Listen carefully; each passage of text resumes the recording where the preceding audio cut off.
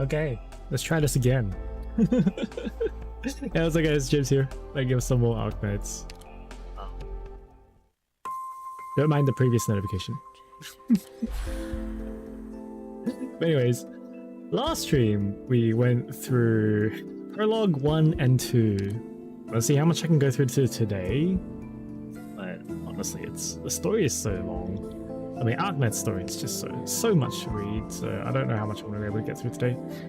But let's jump right into it, yeah. Now, hopefully I'm not going to get any random tech issues. Let's go. 8 years ago, summer 1086.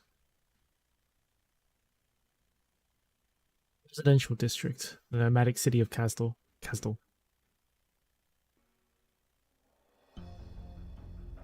Promise we made at the beginning of the lesson?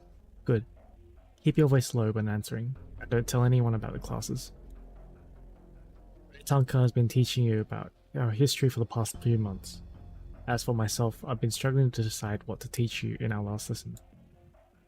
Mathematics, language, agriculture, weapon making. I've come to realize is that whatever I teach you won't truly change our lives.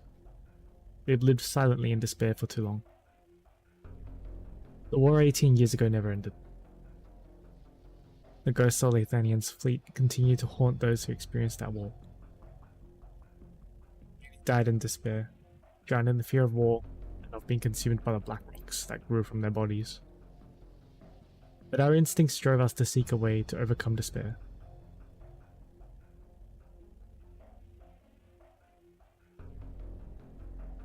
Some declared war on despair, on the outsiders who oppressed us, but they all fell short in the face of cruel reality.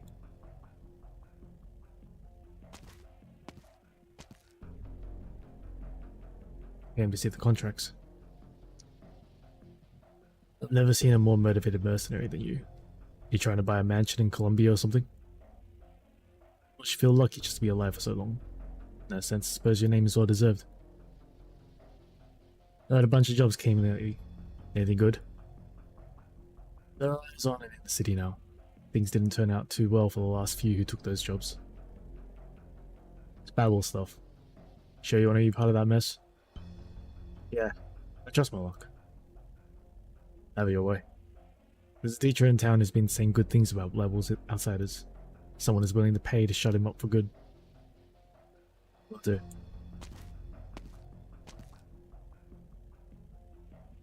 Look forward to your surprises. Hope your luck doesn't run out today.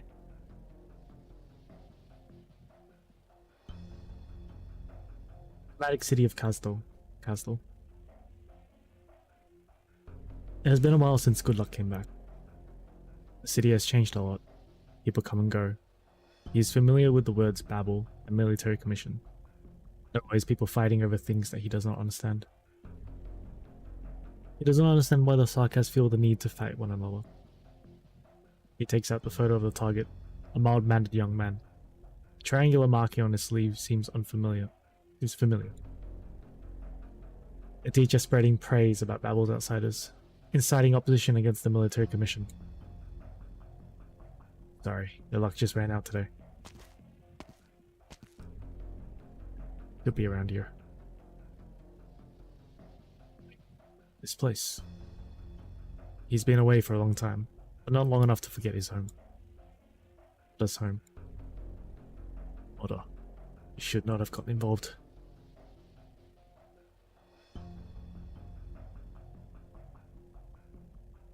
We've gotten used to despair from one defeat after another at the hands of powers beyond our ability to resist. But we needed to convince ourselves that our despair was not self-inflicted, that it stemmed from an obvious source in our lives. That is what Babel has become for people in this day and age. It was Babel who brought the enemies. It was Babel's medicine that worsened our apathy. It was Babel's education that sapped our will to resist. It was Babel who deluded the King of Sarkas and tricked us into giving up on collecting the blood debt from the outsiders. Babel is the source of all our despair. I see some of you nodding. No doubt you've heard the same from your parents. In desperate times, people often mistake heresy for the truth. But is it the truth though? Around Lives better without outsiders in Castle. Don't take anything at face value. See, think, and find your own answer. Yes, it's hard to leave Castle. The land outside is full of danger. Even making it to the border of the next country is no small feat. But I'll still leave this place. I'll go to Lithuania, Colombia, Hazimirs, to anywhere that I may find a way to change things. Then I'll come back and teach you, and all the children of Sarkaz. What happened to Babel, you ask? The future of Babel.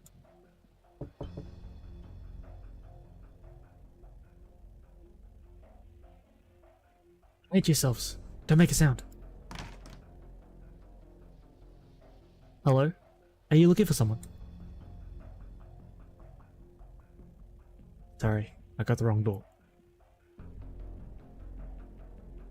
Do you need help? I'm familiar with the area. He smiles. There's no panic in his eyes. Ascalon scans the sparsely furnished room and understands.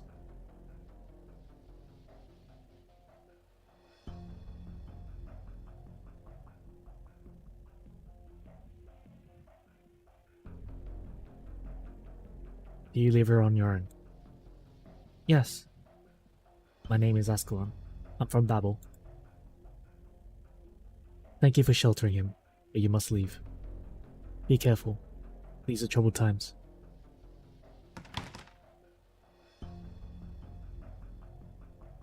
You heard her. Someone knows you're here. You need to go.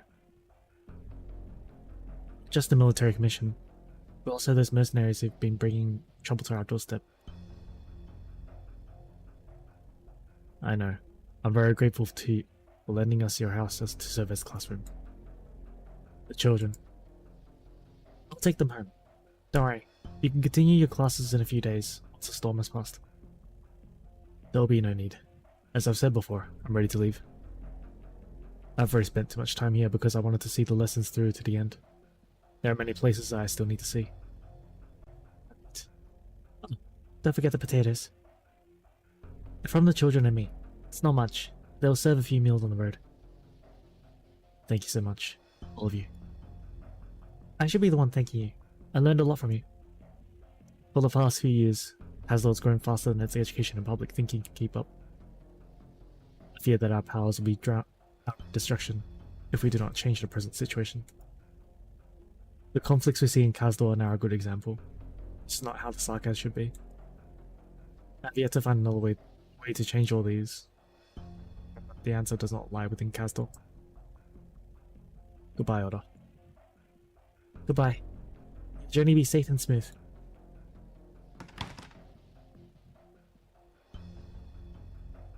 He watches as the teacher disappears around the corner, but does not go in. He does not remember when it started, but he has a habit of sitting by the door waiting for a familiar someone to return. Wind stirs the dust from the streets, and the dust stirs up his tears. There is not even a shadow. He gently closes the door.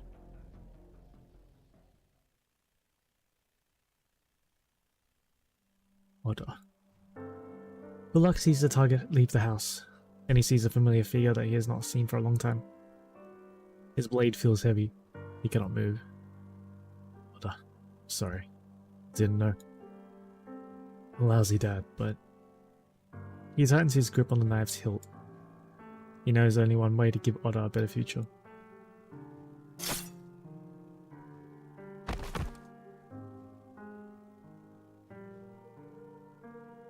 Another one.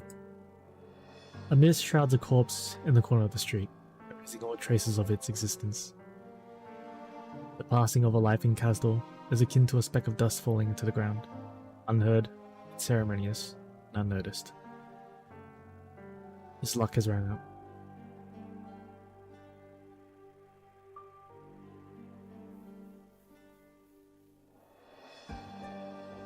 How long do you plan on hiding there, Manfred? Or are you planning to stab me in the back now?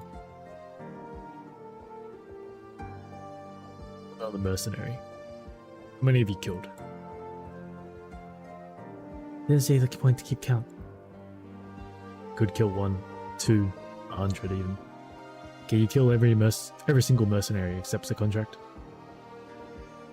They just want to remind us that we've been complacent with the status quo for far too long. Using the lives of Babel members as a reminder. To remind whom? He made a promise to Her Highness.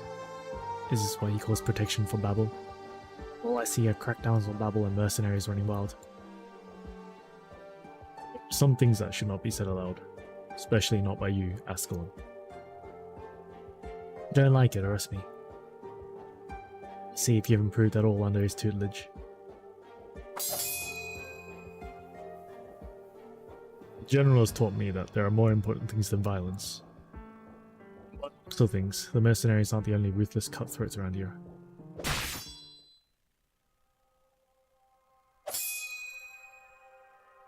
Stop dodging if you dare. Prove to their highnesses that I can beat you.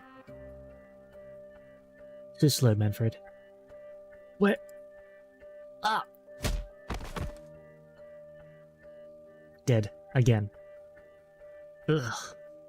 Get up. I need you to tell me. Good work, Manfred. And Ascalon. Stop going for his head all the time. This is the most effective way. It's his own fault for getting hit. He can't dodge it. He has to learn to take it. You're right, Ascalon.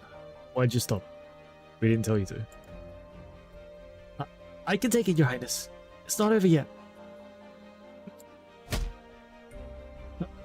I hit. Your Highness, I hit. Did you now? Let me down, Ascalon.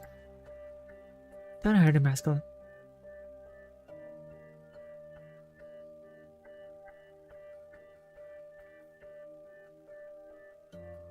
Fred's long limbs flail helplessly in the air, while his torso is tied to a wooden stake. How did you do it so fast? Got my inspiration from the way Her Highness sews. Fred wiggles to break free, but the more he squirms, the tighter the ropes hug him. He cannot understand how Ascalon can be so strong and fast, if she looks as thin and frail as him. Let me down! Look, I won again.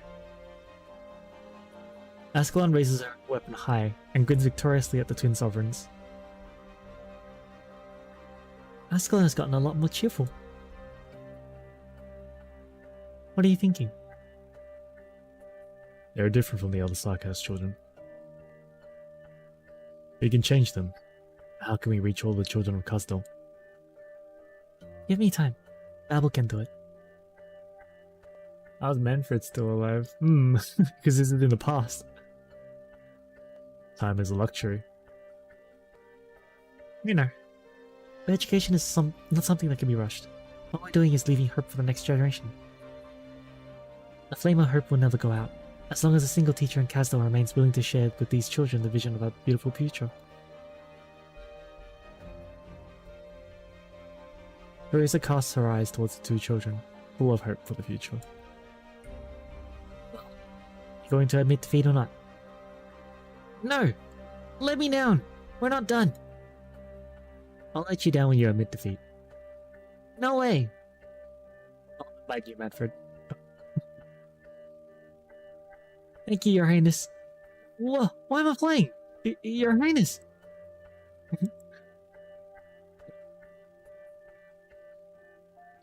That will do, Teresa. I'm down.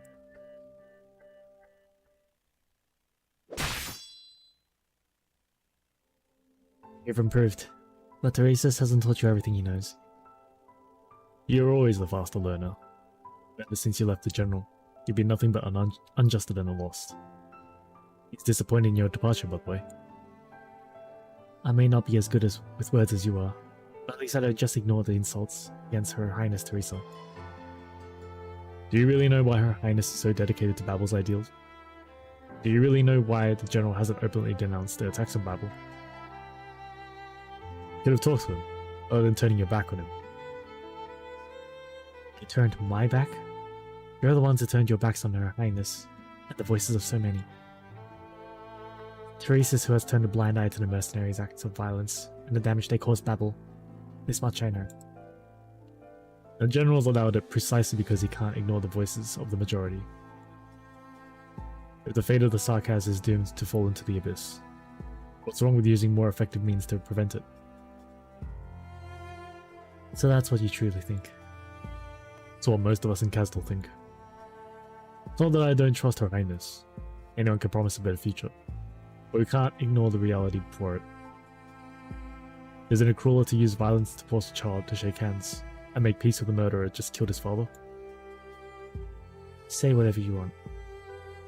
I'll keep my hands off the military commission. If you try to act through the mercenaries, my job is simple. No more mercenaries, no more problems. Let's go on. You have the time. Go visit Her Highness. I've never seen her so tired. A puff of mist is the only sign that she was ever there. Manfred looks down and wipes away the blood slowly seeping out of his chest. He sighs and turns to the empty street, only to spot the deceased mercenary's effects. Someday, we will all understand. It was never Her Highness or the General who made the choice.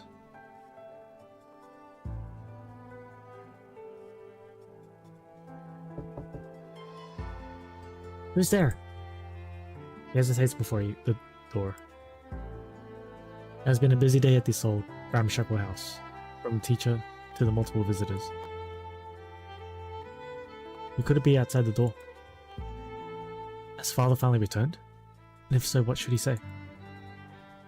He has learned so much from the teacher that he wants to share with his father, whose visits back home have become less and less frequent. He takes a deep breath, collects his mind, puts on a calm face, and opens the door.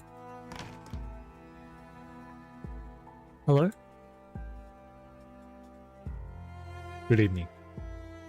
You're... can I help you, sir? You know who I am? No, sir. I know the uniform of the military commission. Just a routine inspection. Do you recognize these items? This is... my father's... There have been some disturbances in the city, and I'm afraid your father... I'm so sorry. Where did you find them? Was there... There was nothing else left at the scene. Sorry. What's your name? Oda. You need any help? No. I'm very grateful you brought these back. It's been a long time since I last saw him. This is enough. I don't have to wait anymore. It's not coming back.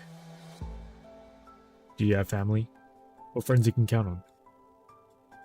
I can take care of myself. Besides, we see things like this every day in the city. I'm sorry I gushed, sir. I just feel like I know you, somehow. I'm sure you're busy. I won't keep you any longer. Condolences.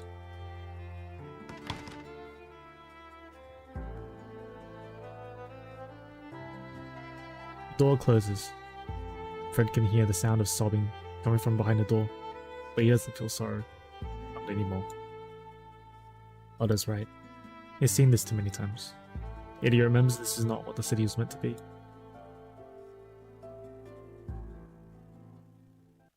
Jeez.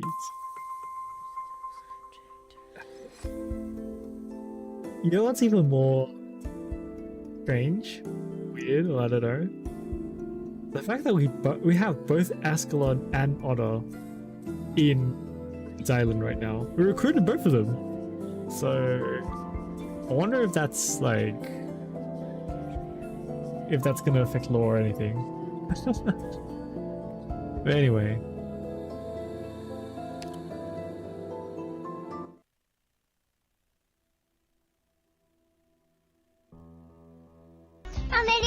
Sinas, what's up, man? How you doing?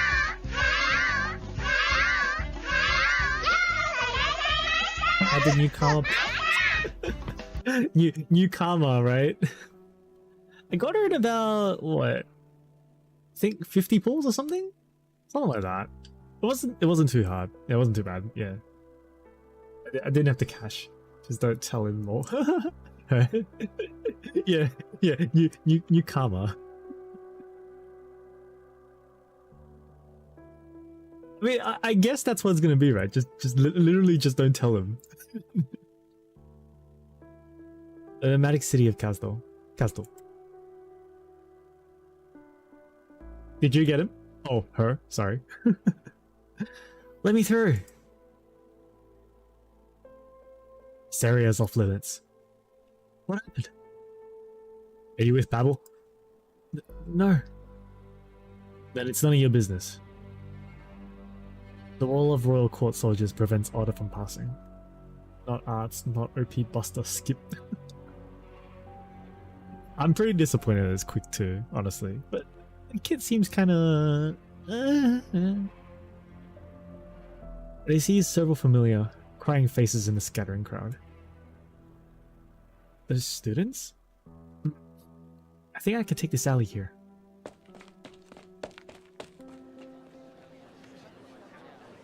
Excuse me, you know what happened? Someone beat another guy to death. He's dead too. You trying to join the racket? Babel again. What is Her Highness thinking? Shut your trap. You're everything you eat, everything you wear, and the roof over your head to Her Highness.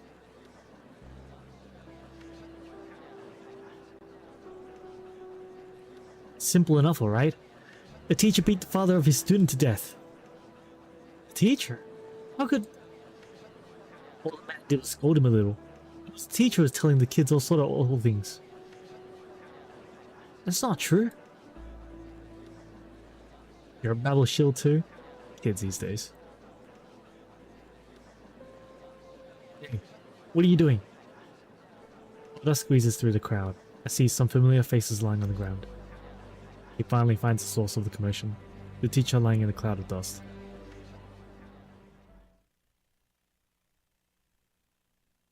Teacher, what's going on? I didn't mean to hurt his father.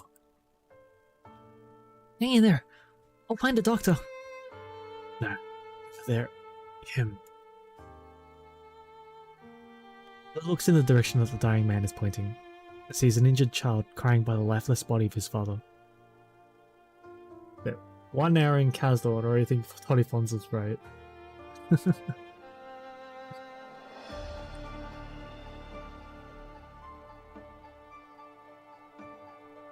She's Sarkaz too, isn't she? She's anti-Sarkaz. Through the burning streets, carrying the injured child in his arms, and pieces together the whole picture from what he sees and hears. It began when an agitated teacher accidentally killed an agitated father, before he was set upon by the angry crowd, fell into the dust on the streets. The turmoil dragged everyone in. Civilians, Babel, mercenaries, even the military commission. Like a chain reaction, clouds of dust were stirred up in various corners of the city. It wasn't until artillery from an unknown source blasted through a wall of Babel's office building that the royal court troops finally called the riot. It began with an accident and ended with a shell that caused more damage to Babel than anything in the past 18 years since the end of the war.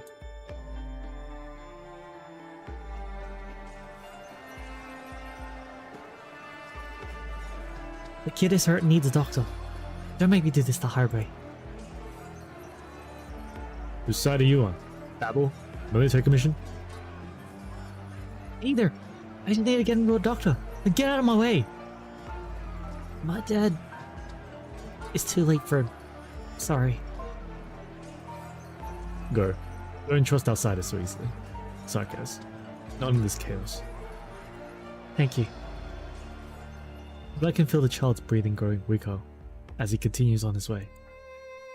Running through the streets, he seems to feel someone brush past his shoulder, but sees no one.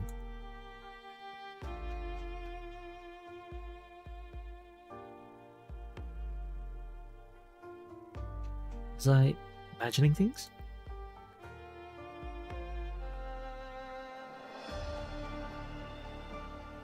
Stop right there! Not one step closer. Patients inside. This kid needs medical attention, now! But... Oh, I didn't think there was anyone still willing to bring patients here. Take it from here. I'll try to give you some extra medicine before we leave. Leave? Gina's made the decision, but we all know what's happening. We're not welcome in Castle anymore. Where are you going? Outside the city? Aren't you afraid of the dangers out in the wastes? Yes, I am. But if the city no longer welcomes us, then we respect this choice. I want to join Babel. I can help care for the patients, protect you.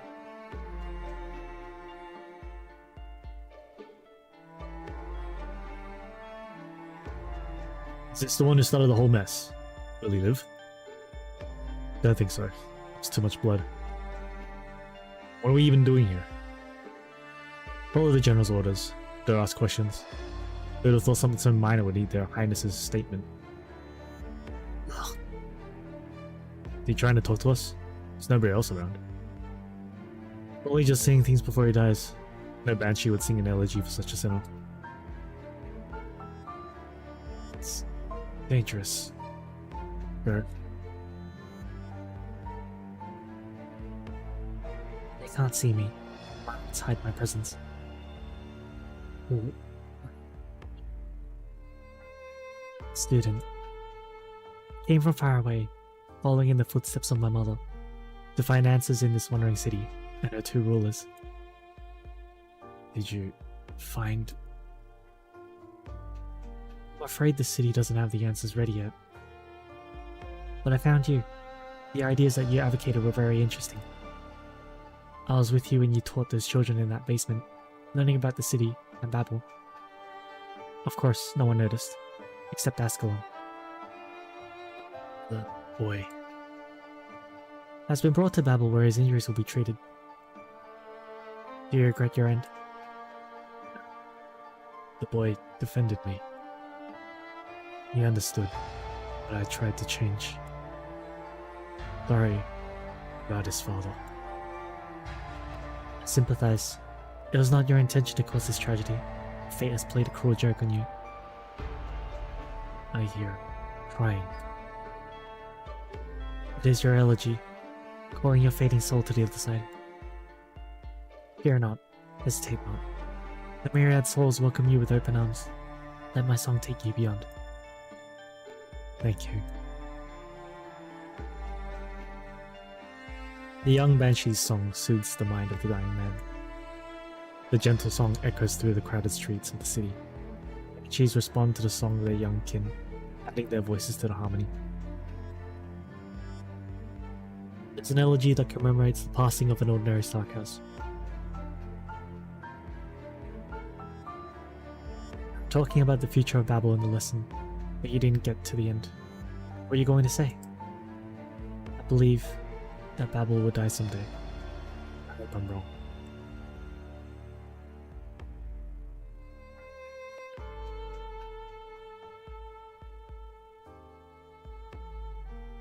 Long. Another Sarkaz has passed on in the turmoil. There is no longer any place for Babel here. I will lead them and leave the city. Razor, we love you, all of us. I know, but Babel has no choice. But if you leave, my people will make their choice. Neither I nor Teresa's can change it. We cannot abandon hope, but the best course of action right now is to avoid conflict. Hatred will swallow us like a flood. You've always known, Teresa, hero, king. Gentle requests and gradual changes will not sway the minds of the Sarkaz drawn here by the castle's rise. Coralamin. Hi. Perhaps what I say will disappoint even you, even hurt you, Teresa. But Billiton, Stargon, even Columbia. You have opened the doors and allowed the Sarkaz to negotiate with some as equals.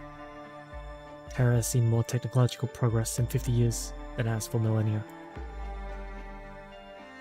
But we are too slow. Despite the incredible changes you've brought to Castle, they haven't been enough to bear the fruits of true transformation. Even if I, too, believe that the fruits of spring are near. Is this the stance of the Banshee Court? Akura Amelie? Just a mother of two. Mother who came to see her boy off, Teresa. I respect his choice, and there will come a day when he will speak for our royal court. That day is not today. I know you love him. You haven't allowed yourself to age since he was born. Vanille was a miracle to me, and to all banshees. The day he was born, I became loath to age with time. I've preserved my appearance at the peak of my beauty. I wish to remain eternal in his memory. Life is finite, of course. It's only the facade that never changes. I know what your highness is thinking. Never expected your dream to come true in this generation. You see yourself as the soil. It's not the soil's due to witness the flowers bloom. Even if the two of you have to give everything to nourish the soul, well, humor my little self-indulgence, your highness. Until he finds the answer he's seeking, allow him to travel between the two of you, to learn from both of you. He will be the first sprout to emerge from the soil. Bring Aethanil. Take care of him. Protect him in my place. I will, Colonel Molly, my friend. Thank you.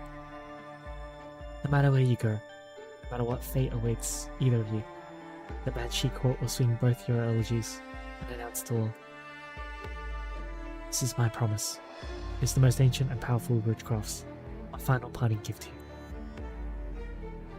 Colonel Emily. Will we meet again? I hope so.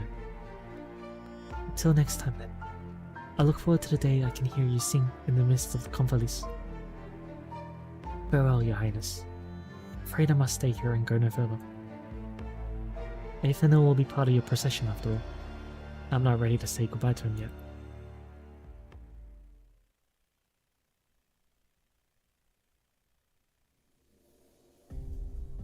Two days later. How long do you plan on standing there? You came a little too early, if it's Teresa you're looking for. I didn't think you would have the courage to come to me, Ascalon. Why? You mean why you wouldn't have the courage to see me? Why I banished Babel? You've seen Manfred? Yes. Did you do it? Not all the way. Good. Now, remove yourself before you say something childish and naive. I think Teresa would agree with you. But you could choose to stay. You don't have to explain yourself. After all, you never formally joined Babel. Our highness needs someone to protect her. She is more powerful than you think. I agree with you even less, Master. I suppose I should take that as a no. You and Manfred are my best students, yet both of you have your fatal flaws. Your talents in combat are peerless, but what do you truly believe in? Your Highness. Impatience. I said what you truly believe in, not me, nor Teresa.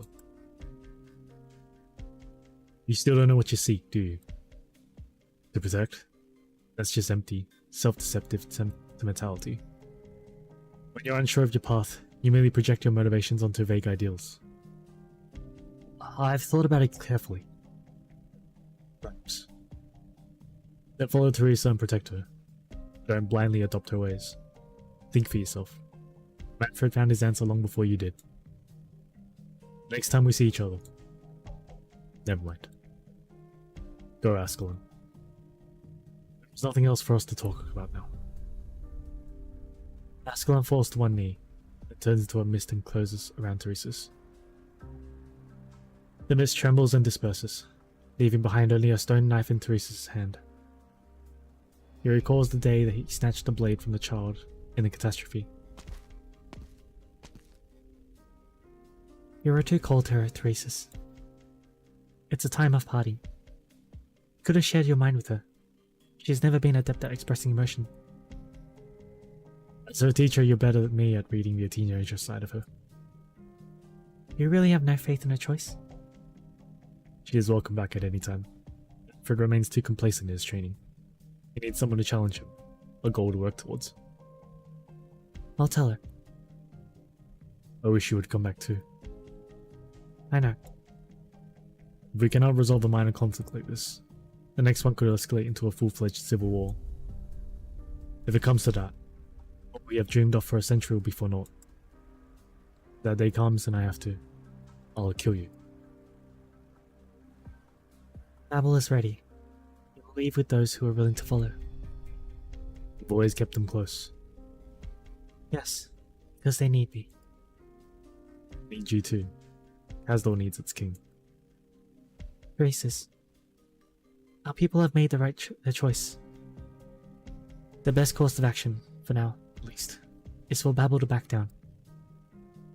I will continue to call the nourishing rain upon Kasdor, change the city's circumstances, and wait for hatred to subside. But if you become the greatest threat to the searching dreamers in this long and painstaking process, I will destroy you. So be it.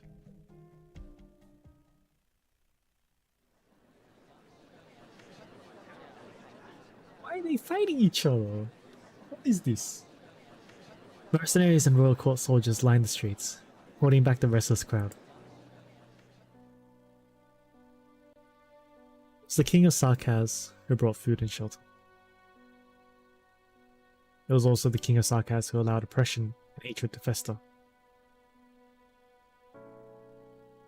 The Babel procession stretches as far as the eye can see, past the barricades formed by lines of royal court soldiers, past a disdainful crowd. Teresa's walks towards the crowd and stands with them. He has left Teresa's side for the first time in 2 centuries. We all know what we must face. I hope this will not be the last time we stand together. Will that day be far? Not too far. Teresa joins the silent procession. Their farewell to the city is soundless. Their path is one of hope. Then, something occurs, enough to silence the restless onlookers, momentarily halt the procession. The cursing and crying cease. Every eye turns into a single poignant scene.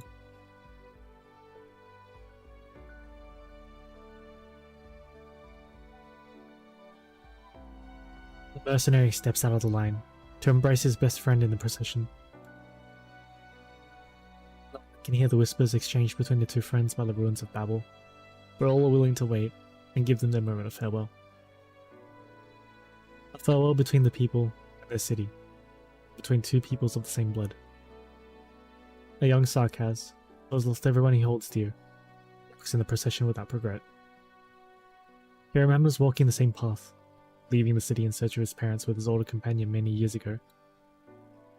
Dad, I believe that there has to be another way than war. I know you believed in Babel because you hoped for a different way to live. Goodbye, Dad. Goodbye, Worm.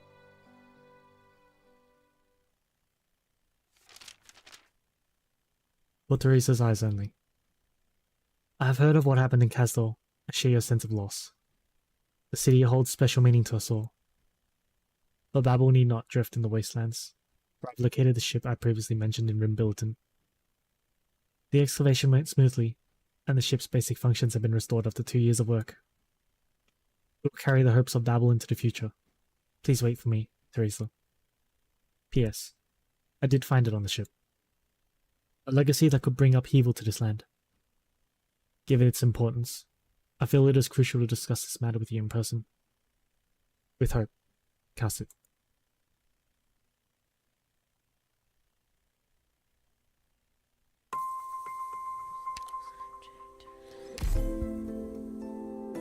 Things have not gone according to plan.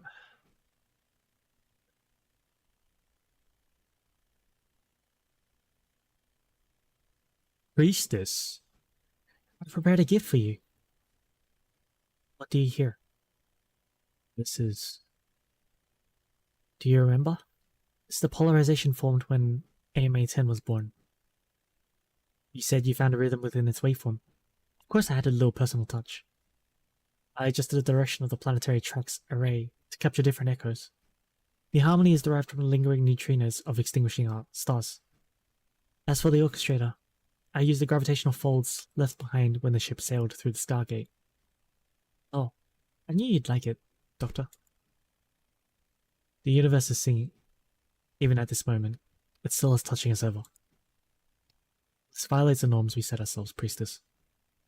These facilities should have kept operating in the present path. Stars are losing their color. The world no longer has norms, does it? Doesn't it?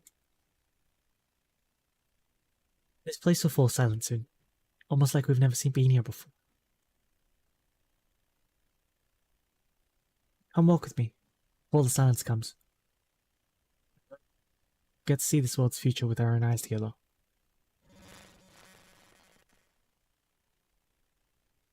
We will. I'll wait for you in that world.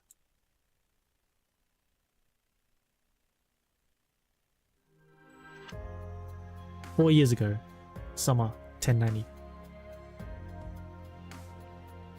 It's Island of Babel, Castle. You are online. Yeah, finally done retrofitting the electrical wiring. Now we're going to be able to withstand any impact, I think. How dare Cassie make me work 48 hours non-stop. Once all this is over, I'm going to tell Her Highness on her. Confirmed, within the landship's communications range. Signal's clear. The mini bases you had hid around a great closure. Of course. Not even Her Highness has seen anything this handy. Is their so-called research finished? The energy surge caused by the last couple rounds almost got Rhodes Island to stall. I'm still reinforcing the landship for the next impact. You know how much I racked my brains to cover up the landship's movement? Like, what if the military commission spies caught wind? Relax. I've already eliminated all our targets nearby. Let's focus on your preparations. Scout, report. The infiltration mission's complete. I'm sending the intel back to Babel. What's the situation inside the city? Not much has changed over the past few years. Not many catastrophes, little movement. Our situation is not very optimistic, actually. If the military commission continues to shrink our strategic space. Let's trust Her Highness and Dr. Kelsey. You're right. They spent so much time preparing for today's experiment just to turn the tide. Right, Scout. Have you gotten your hands on the equipment I was keeping at my place? I've already entrusted it to a messenger to take to Babel. Awesome. With the secret weapon Kelsey and I knocked out together, definitely cracked that weird control system on the ship. I'll rendezvous with the messenger and confirm the package's risk level before bringing it to the landship. I've been investigating the agent behind our missing engineer too. The threat against the landship hasn't been fully eliminated yet.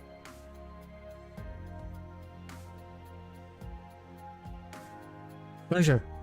Brought you even more materials, just as you asked. They're so heavy. Thanks, Ada. Looks like now I can make more safety equipment for Her Highness and Cassie. I should install an extra line for backup. There won't be any unexpected surprises this time. You need any help, Kalisha? To hurry and evacuate the safe zone with everybody else. The next wave of impacts is probably going to be in 30 minutes.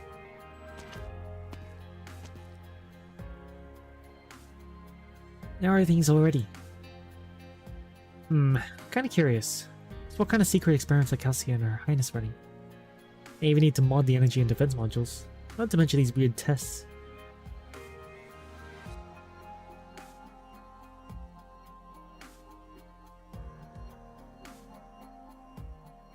There is no one with a better understanding of Originium.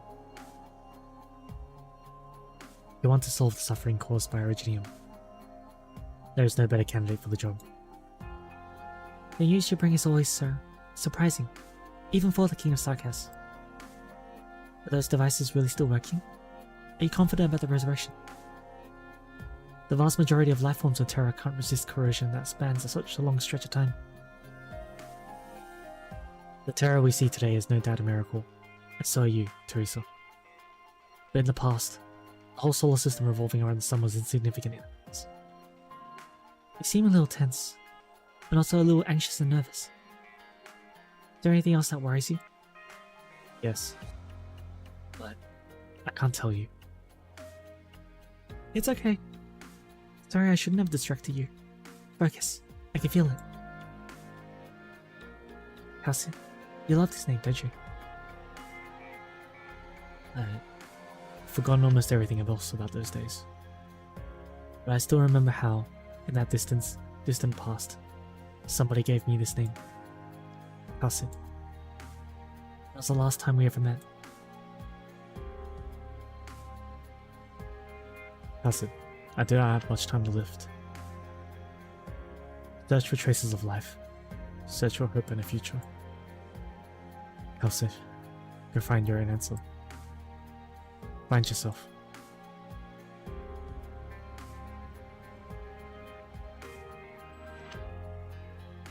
Why hesitate? I know what you mean. It's just... I've had a premonition. Perhaps a conjecture. The starting point of this land. At a certain point in time when life had only started budding. Something that can never be reversed happened here. I don't know what it is. If it's someone that even Dr. Calcid can put her faith... If it's someone that even Dr. Calcid can put her full faith in, I'm not one bit worried. Besides, considering how cautious you are, safety measures that you prepared well ahead of time have never allowed me to worry. I'm sorry to say this, Teresa. This alone, no matter how many contingency measures I prepared, I still can't confidently say anything is conclusive. Teresa, I can't guarantee I will always make the most rational decision. This time, I want to believe. But do you want to? Do what you want to. I'll be here, with you. Calcid's hand touches the door and has stood silently still for a cryptically long stretch of time. A new wave of tremors reaches Rhodes Island. The door loosens.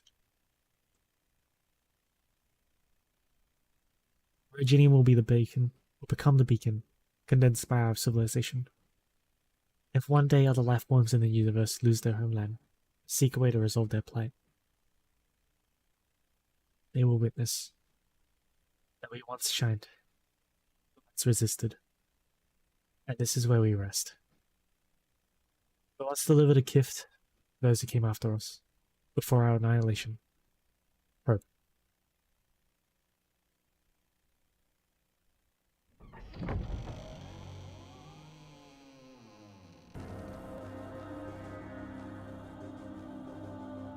This place. Is it time already?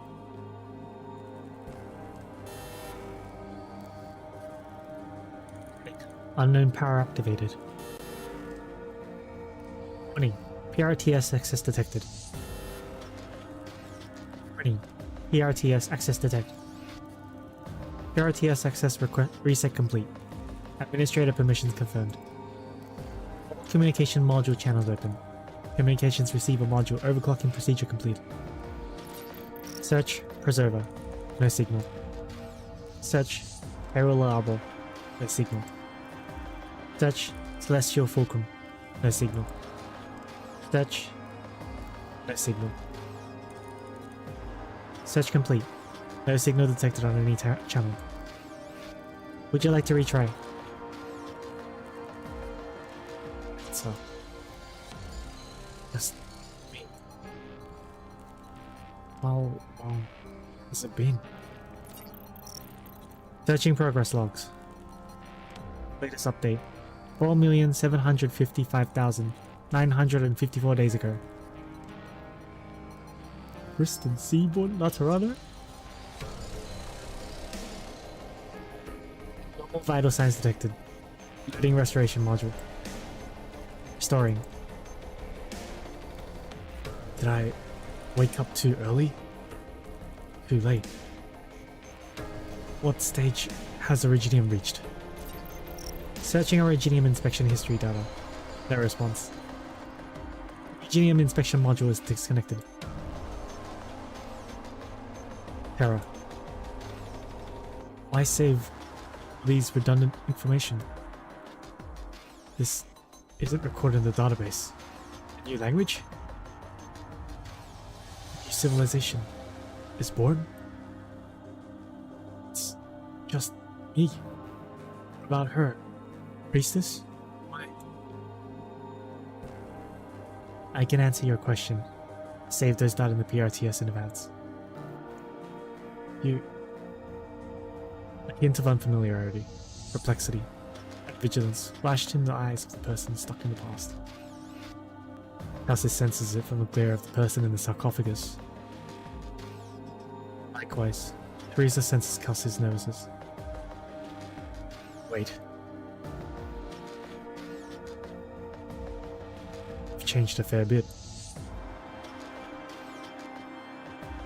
First Dylan, what's up then? The person inside the sarcophagus feels like they have just woken up from a short dream. The life form that bid them farewell prior to sleep is still here by their side.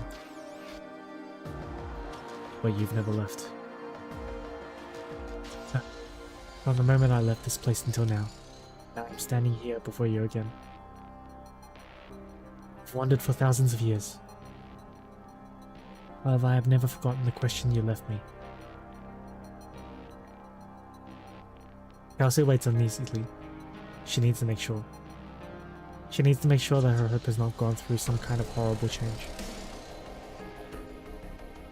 That was not a question. That was what I looked forward to. Then, have you found the meaning of your life yet?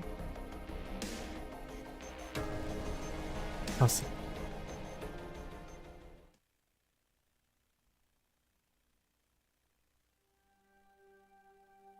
Discovering the meaning in the continuation of life. It's a path that I will have to keep walking. Still remember. The doctor! Woo! I still remember. To me, it was like yesterday. We said goodbye to each other. But it also seems like an eternity. But to you, there was never a moment when I forgot all you have done for me. Aside from my life, you granted me one more thing that I found most precious. Freedom, Doctor. Please, just Doctor will do, Kelsey. Let me get out first. You are still very weak. I can help. I need. Kelsey, I still have many questions. What has become of Virginium? Can't find any records. It still grows on the continent outside. So I woke up too early. Suffered, Kelsey. I could tell from your eyes. You woke me up because you need my help. Yes, we need your help. See. That devil. See from your friend behind you that not only has Originium found an unexpected way to exist, she also possesses, yes, Civilite Eternal. The course of the civilization is very complicated. What's her name? Does their civilization have anything like that used to refer to individuals? Teresa. Teresa. The awakened one walks up to Teresa and holds out two arms, showing the palms of those hands.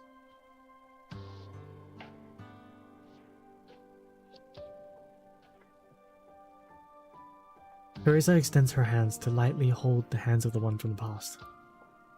The doctor feels warmth. Yes, Teresa. This is the moment two civilizations make contact with one another. Yet Teresa can see sadness in the eyes of this doctor from eras long gone.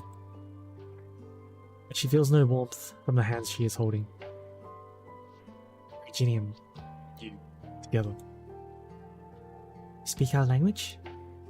I learned from records. Hard. Unbelievable. I was thinking about learning your language. Kelsey said, my world is lost. Languages of the past should stay in the past. I'm curious about your kind. You found and even entered Civilite Eternal.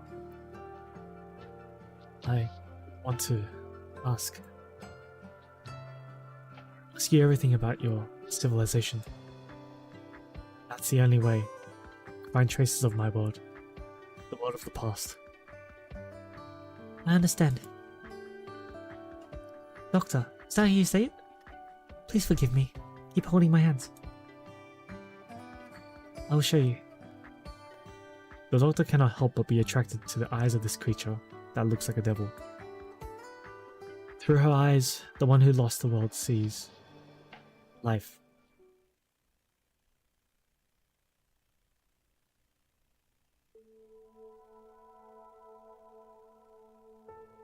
Civilization is born from the instinct of living beings. It's survival of the fittest. Natural selection. That is how the cycle of life is formed.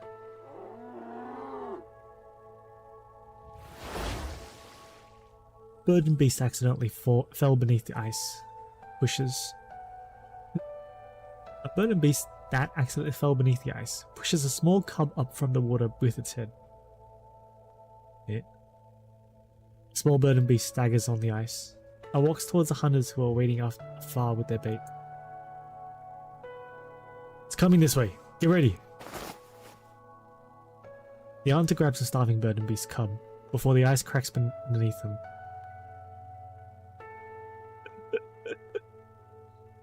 You want man titties? Yeah, sure. Good. At least we managed to save one.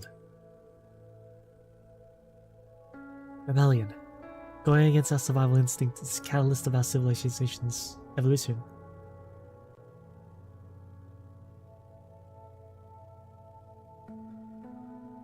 Curiosity.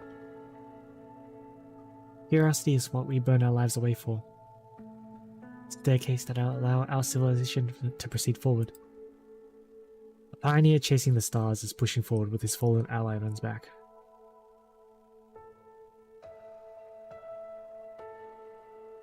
Just do Minton and AA, easy as fuck. Which CQ was that? Dipshit, why can't you keep at it for just one more day? Newspapers already said there was the crashed aircraft on the right, not a shooting star. You just had to get to the bottom of it. There were failures that crashed from the sky. What was there to risk your life for? Those rocks that fell onto the land? What do you want to prove to me?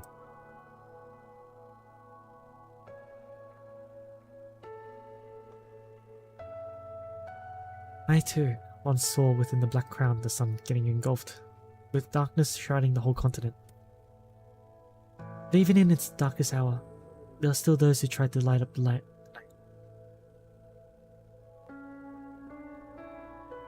It's still black. The sun really is dead. The sun's been dead for too long. We've got to save it. The sun doesn't live. How are we going to hold our tail thickness contests? Halloween, you get Ellie Pretender. Oh, that one. Okay.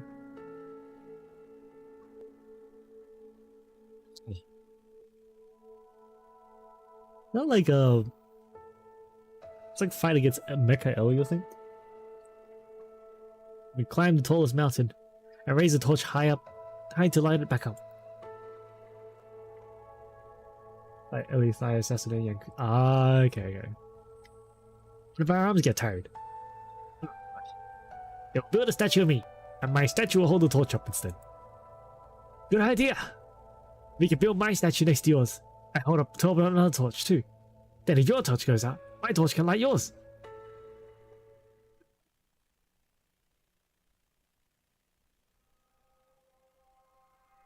With fire comes light, and there's light that guides us towards hope.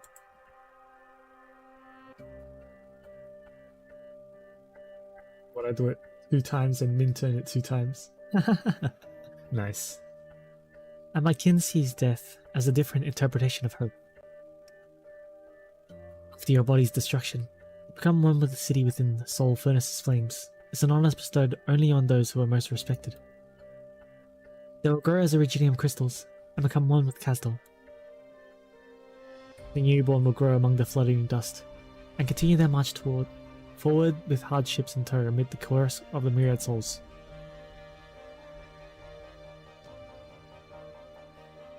Progress mixed with ignorance. The cycle continues and repeats over and over. So beautiful. So nostalgic. You're kind. Terra seems to have gone back on the right track, on achieving enlightenment. How is ignorance defined?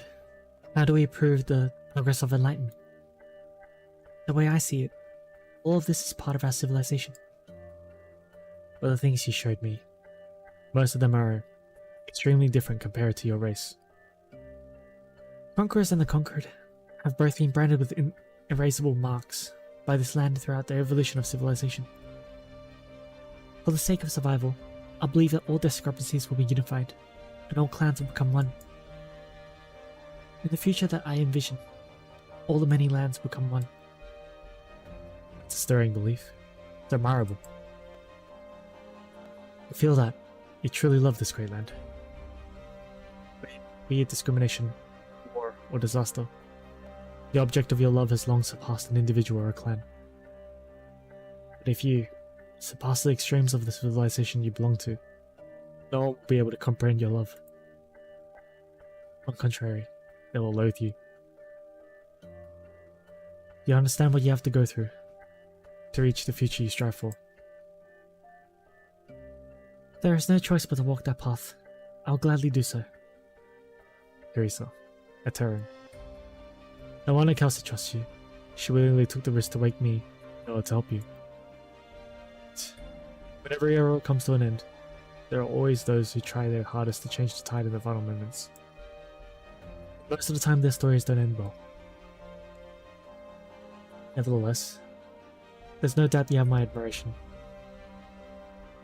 After all, on a certain level, you're very similar to some people that I knew. Never get to see them again. Perhaps I'll still need some more time to get my thoughts in order. But no matter, I think I should listen to what you two have to say first. What do you need me to do?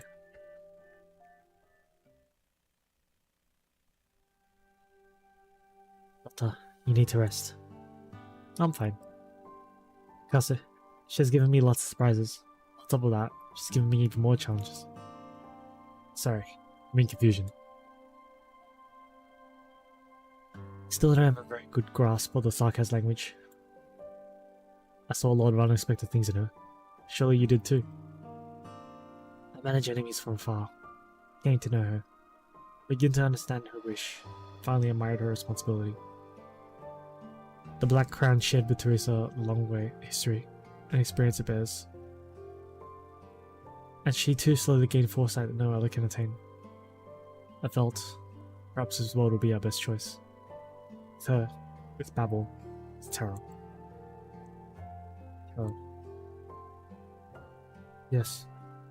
You two are part of this great land now, Gus. Hope you will take this journey with us too. Be you. Trust you, Kelsey. I'm just a researcher. Perhaps the help I can offer won't be as significant as you hoped. Neuropathy, catastrophe, disasters that we have no methods to resist have been bringing many hardships to these lands. Yet Terra's technology is almost entirely built to solve that. Foundation that is regional. Fighting over energy, discrimination against the affected, estrangement between war and races are further tearing these lands apart.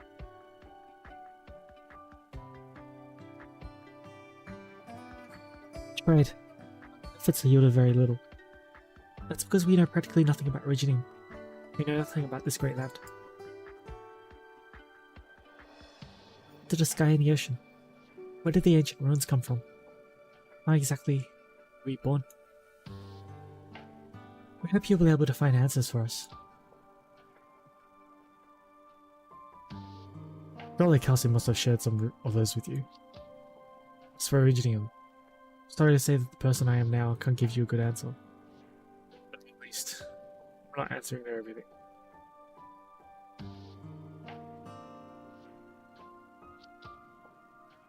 I tried to access the logs tracking Originium's progress, but strangely, there's nothing. And there's a glimpse of terror that you showed me has made me even more confused. the development of Reginium has taken a completely different turn from what I expected. I need some time.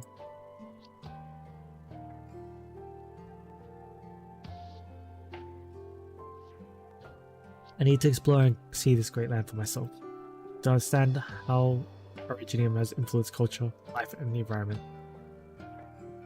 It's going to take years, perhaps longer, and maybe even after an enormous amount of energy is required, is expended. You'll receive only a most disappointing answer. I once made a promise to somebody. Think about it now, perhaps all I ever felt was myself was her, a regret.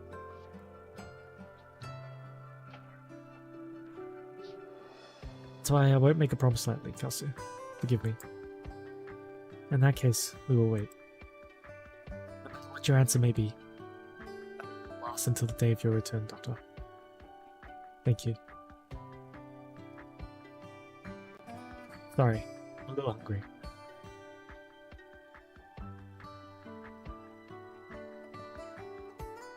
The RTS showed that the landscape has a temporary cafeteria. And it does, but it might be a little messy there. How about I take you? Thank you, Teresa, but no. The place has a special meaning to me, too. Let us walk there, slowly by myself. Okay, be careful, Doctor. I am falling asleep. The awakening has given the Doctor a lot of pressure, but it will seem this one is quick to adapt, much quicker than I expected. The Doctor wants to learn all there is to learn about Terra. Quick learner too, it seems.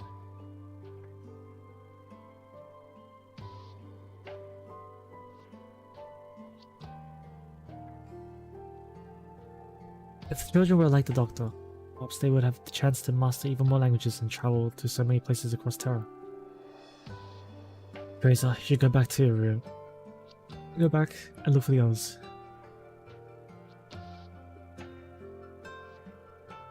There should be plenty of Babel affairs that need the chairman herself too. Teresa? How's it? There's something bothering me. Maybe I'm overthinking it, but I want to tell you. The Doctor seems to be very surprised by the look of Terra as it is today. You once told me that nobody has a better understanding of Reginium than the Doctor. The same Doctor has said that the development of Reginium took a completely different turn from the expected. Then what should Reginium have been like? What should those lads have been like?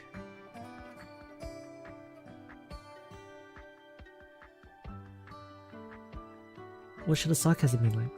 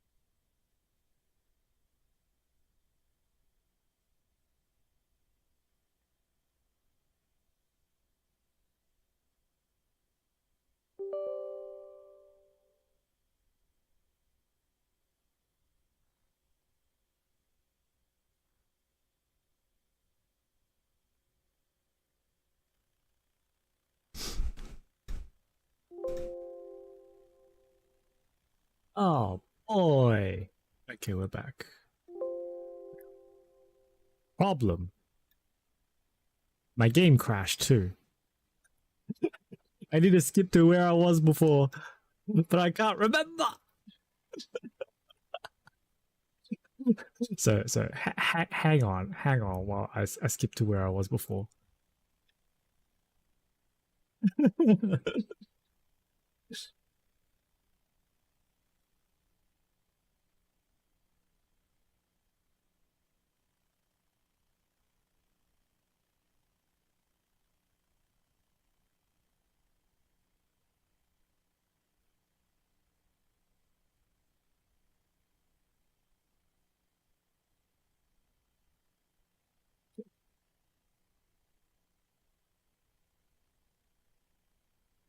Minimize this.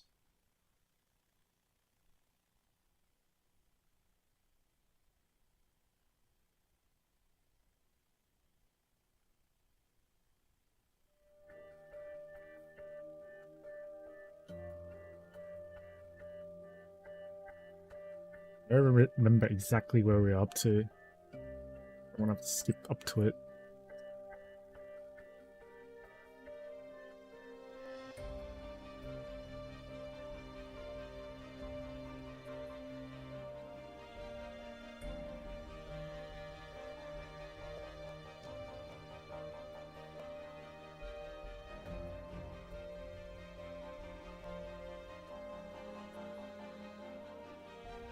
Yep, we passed this part. Yep.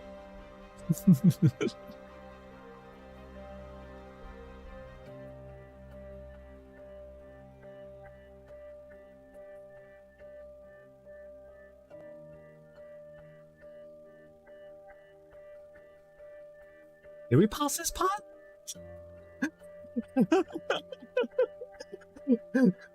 Fuck. Like, I'm checking my YouTube stream, and I'm seeing that I was up to... Where was I up to? Shit.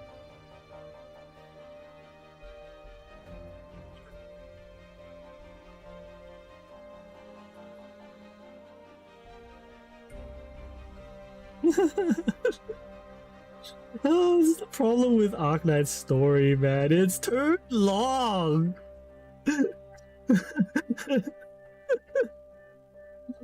I mean, okay, being too long is good too, but jeez.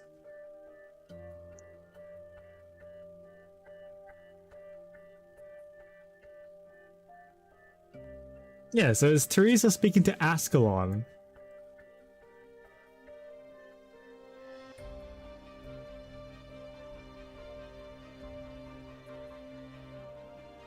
The doctor ready to depart. It's like the last I remember.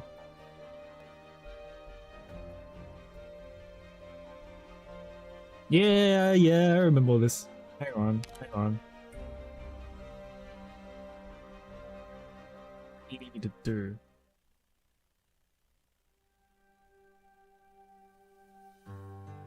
What? How? What?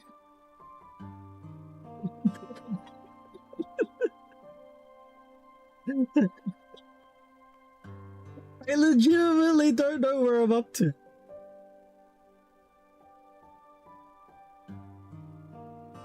Could originally have been like, what?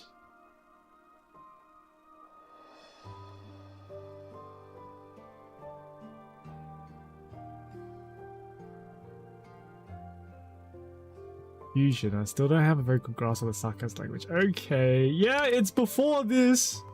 It should be before this. But I also clearly remember reading this part.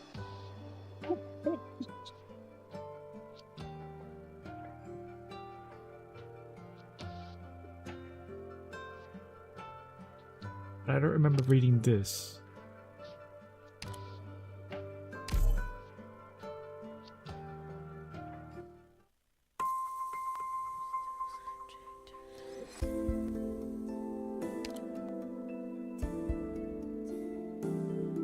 it this one? Pretty sure it was this too.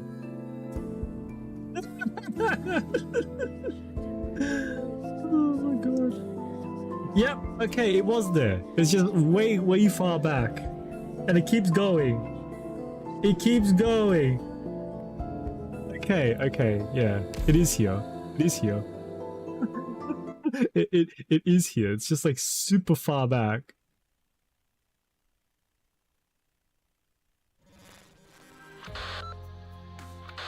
Super ahead, I mean. Anyway. Well, that got me to wake up.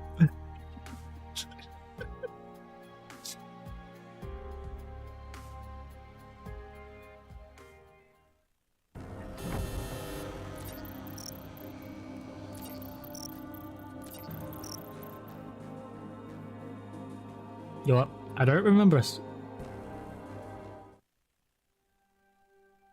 I probably don't remember reading it because I looked like a bit sleepy. But did I read it? I don't fucking remember. See, I remember this. I remember this.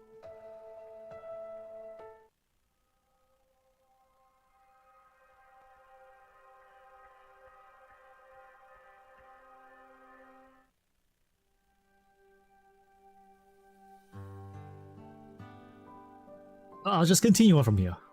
I made enemies with her. Came to know her. Began to understand her wish. A fully reminder of responsibility.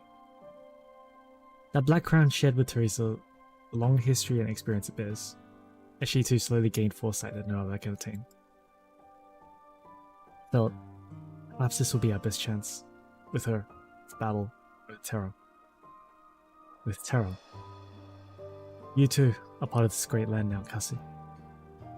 Hope you will take this journey with us too. Right. Be you, and I trust you, Cassie.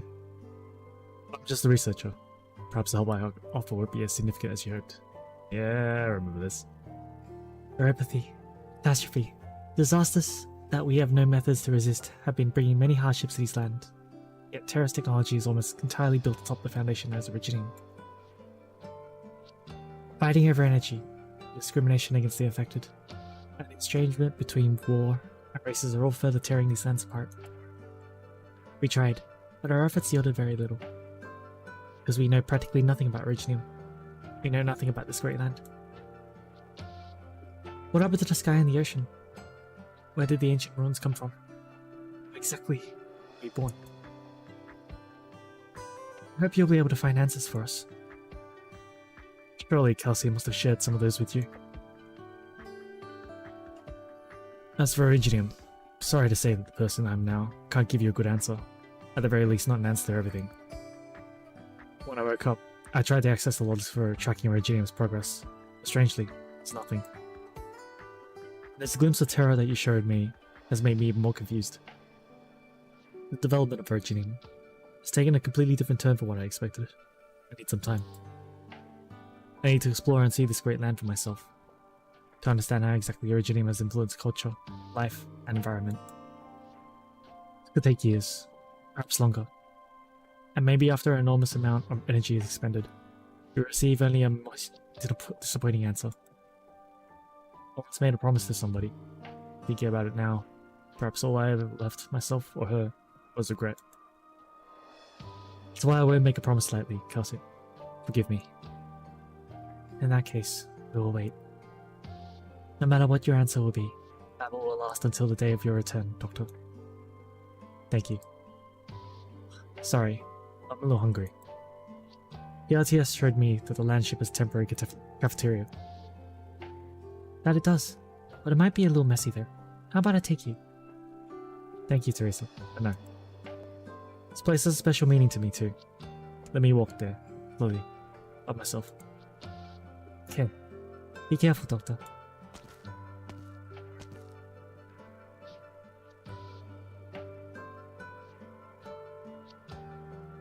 The awakening has given Doctor a lot of pressure, but it seems this one is quick to adapt, much quicker than I expected.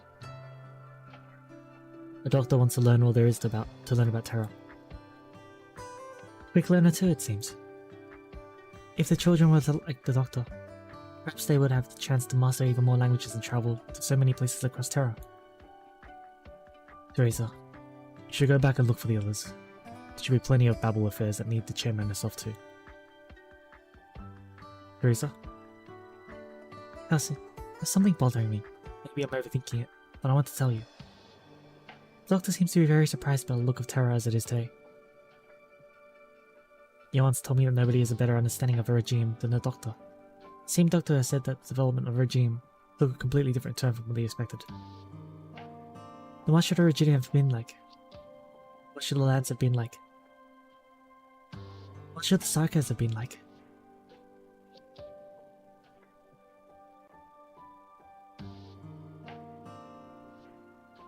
Here we go.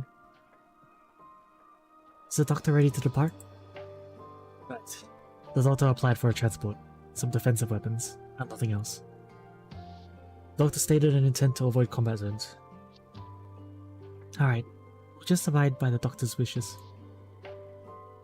Your Highness, I would like to follow this doctor of ours, considering the background involved. Worried. Let's go on. Have you ever left Castle? Left? If we count how I once chased a quarry and left the area when I was small, I most certainly have. That doesn't count. Go, follow and protect the doctor. Do not interfere. I'll keep a close eye. Escalon, calm down. I don't want you to keep an eye on anyone. I want you to go out there and see how the people of the other lands live. It's a great opportunity. How they live? Outside our homeland, neither war nor suffering is part of people's daily lives. Food, fashion, arts, culture. We could have so much. Many of us know this fact, but even more of us choose to ignore this fact. Because most of the time, we don't have the freedom to choose. Don't give me that look, Ascalon. Listen to me. First, you followed me because you opposed Teresa's measures. What about after this division is over? What will you do then? Will you be the next stop? Be the next stop for the countless Sarkas who share the same idea as you. That's why you need to take a break from the war. And see the sights beyond our homeland. See the life that we should have lived. That is your wish. It is. Have a safe trip. It was literally at the end of the fucking chapter.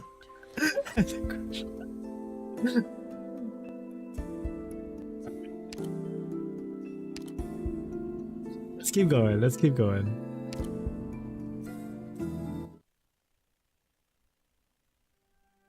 Maybe last one before I call it because I'm getting tired too. And also I do have work tomorrow. Dear Kelsey, glad to receive your letter. Hope you and everyone in Babel are well. A couple of months ago, I rescued a girl by the name of Amia from a convoy and had met with misfortune. The accident killed her parents, afflicted her with neuropathy. The locals deal with orphan neuropathy patients, putting them in a car and driving them into the wastes. I had no choice but to take her with me. We become fellow travelers by chance. You can't imagine my panic and helplessness as I took care of her. Fortunately, a woman who goes by the name of Savage has joined our little band. This helped take some of the burden off me.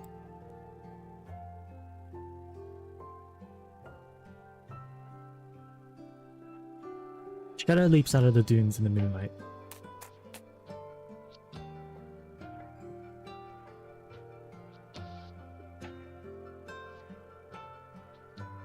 Hey, go away! Don't come any closer.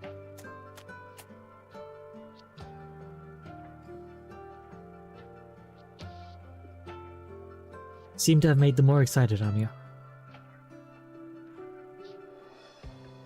Don't worry, Doctor. I can deal with this. Mom and Dad told me how to chase the sand beast away. All you need to do is imitate the sound of their natural enemies.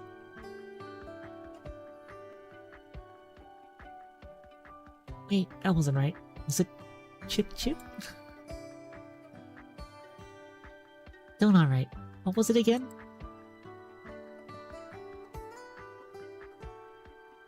That's not right either. It's okay, Amia. I'll take care of this. The doctor makes a ring with the thumb and index finger and whistles, producing a strange sound.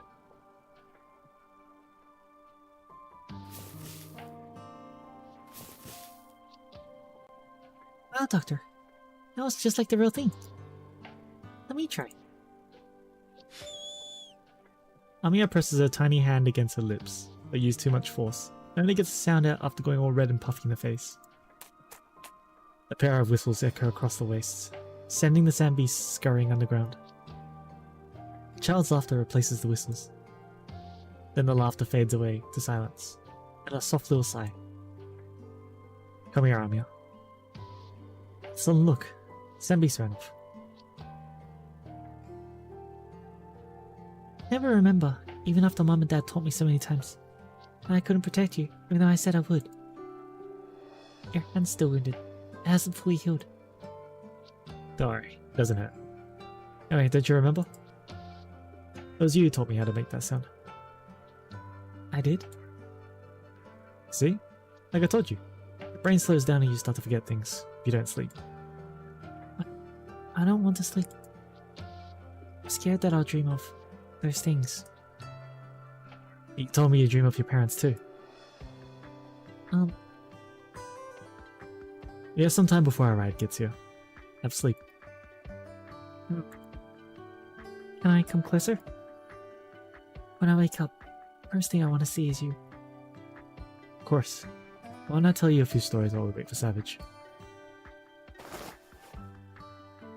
Long time ago, I was a really smart scientist. But she was in danger. She made a difficult choice to protect it and the people around her.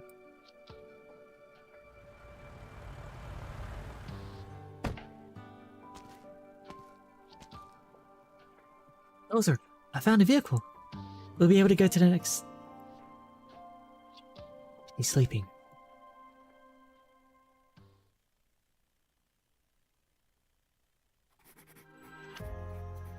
Dear Kelsey, I was glad to find signs of life wherever I went. It should be an unfamiliar world, yet there are times when it feels incredibly familiar. Recall the legends that has fascinated me in the past, never failing to capture my imagination despite their age. The ancient machines that rumbled in the mines and dust once again roamed the sand. Stories can become reality, and the reality we can see can become stories. You can come over, Amia. No need to keep poking your head out from over.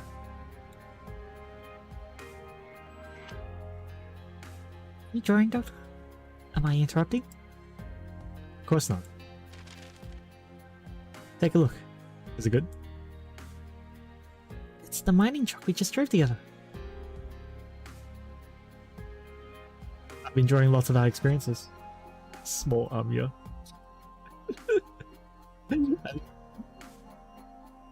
Have you driven a mining truck before? Even the old miners can't go as fast as you did. I've seen many amazing vehicles before, like originating slug eggs. Much larger. Once I drove one of them. I went through the bridge between the stars. The bridge between stars? It's always dark at night, so it must have been really dark. Was it dangerous? Oh, my hair's lolly. Because this is in the past. Because I'm maxed. No. Guides stand by the bridge, glowing clouds from the old stars, and making round mirrors out of them. Follow the path the mirrors show. We can. We can. See the spires fading in and out of the clouds, and the crown of flowers worn by the stars, on the other side of the bridge. We descend on the crown. You'll find that it belongs to good children like you. It's a really big playground. A playground? I've read about them in our stories. There are lots of children there. Do you want to play with the other children? I just want to play with you, Doctor. You'll make more friends as you grow up. As I grow up. What's the most amazing vehicle you've ever driven? The most amazing? Well, spent a very long time with it. Indeed. The sarcophagus? If that counts. Was there anyone else with you? In the beginning, yes. In the end, though, I was alone. It's horrible. I'm sleeping. I slept for a very long time. It is a sarcophagus. Take me with you next time. That way I could keep you company and you won't have to sleep all day. Why are you laughing, Doctor? It's a big promise to make. You sure? Small Mia. Give her your carrot. Bruh. You'll have your own journey. Your vision, your future. Are you sure you want to be with me? They all say that there's no future for people with rocks in them. So I'll always be with you. What future, Amia?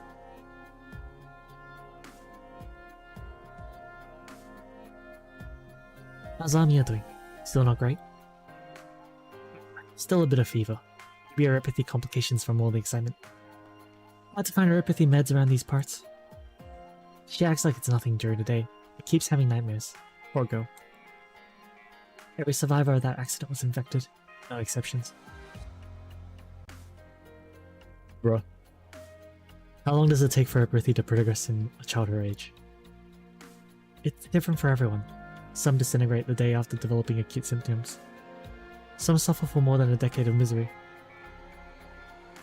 But the end is always the same. Empathy. Is there anyone in the world who can cure it? The world? Oh, you mean Terra, our great land? You sound like one of those old scholars. I didn't know you had a sense of humor. Wait, you serious? Afraid not. It's impossible. I need it to be possible.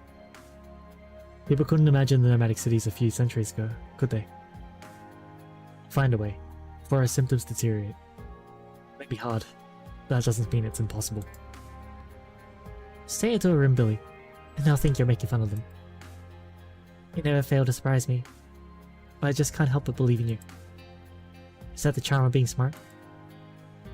Come on, Charlotte. I meant you. Never mind. Oh, anyway. Can't you tell? There's something about you. Something that lets everyone know that you're different from us. Amia senses it.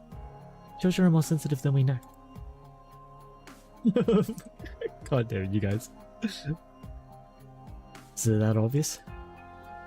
She's strong. She doesn't show her sadness in front of you. She wants to see her joy.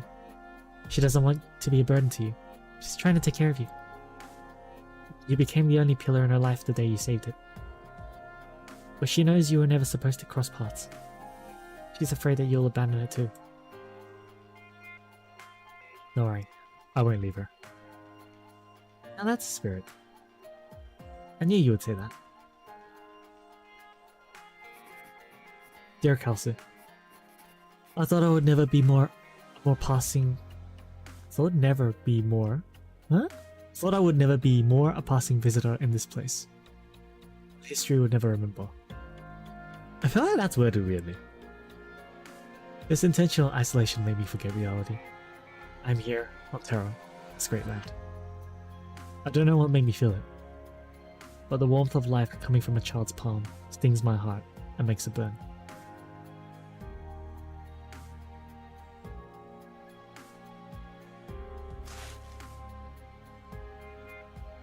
This is jerky and fruit left here on purpose. They know I'm here. Always inscrutable.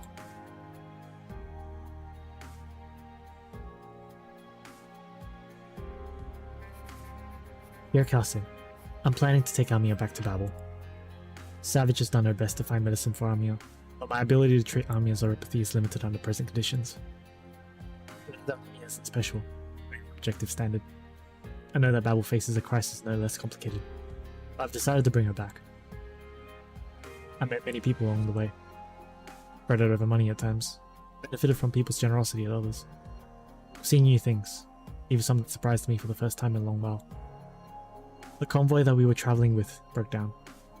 Found a herder to guide us through the wilderness of Brimbilliton on the backs of burden beasts, to the rumbling of drills and engines.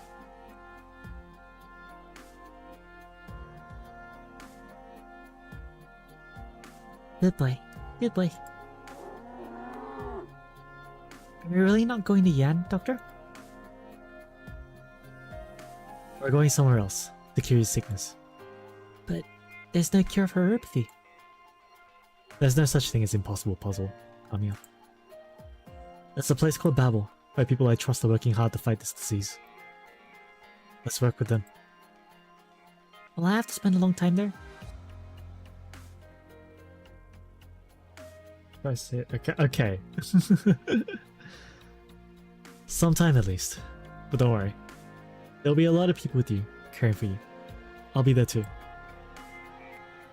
Doctor, do we really have to go? Lots of sick kids went away to get treated, but no one came back. Neuropathy doesn't hurt at all. I promise I'll be good, Doctor. Right, Savage? Yes, Ami has always been a good girl. Are you sure you don't want to rethink this, Doctor? Billy's deal with Originium every day. We know what the neuropathy can do. Stay here in Billington. At least we can give her home. Maybe that's more important than the cold walls of a laboratory. Home. You have a point. I can't just stand by and watch Originium hurt her. I have an obligation. Yeah, I promise you. I'll do my best to cure you, no matter what happens. Doctor. Savage does have a point though, and Babel is in a place that's not entirely safe. You can stay with Savage if you don't want to leave Billington.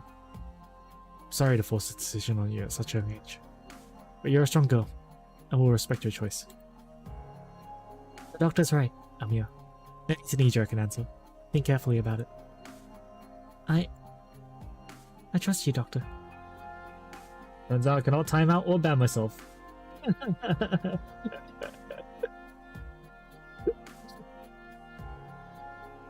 Well then.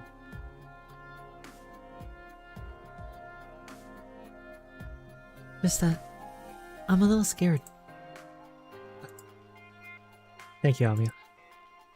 The doctor pats Amiya's head, then picks her up and climbs onto the burden beast. They're hardly sat. The ground begins to shake, stirring up clouds of dust. What's going on? Underneath our feet. Must be a deep digger. It's spooking the burden beast. Watch out. Stay, boy. Stay. Whoa. Whoa. Hang in there, Doctor. Doctor! The burden beast rears up on its hind legs, gives a loud cry, then charges forward. The rest of the pack follows.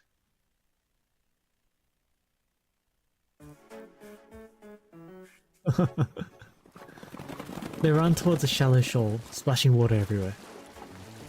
It is all the doctor can do to grab the fur on the back of the burden beast, for dear life. Amiya's eyes are wide open in the chaos. With one hand on the burden beast, she stretches out the other towards the doctor. Grab my hand, Doctor!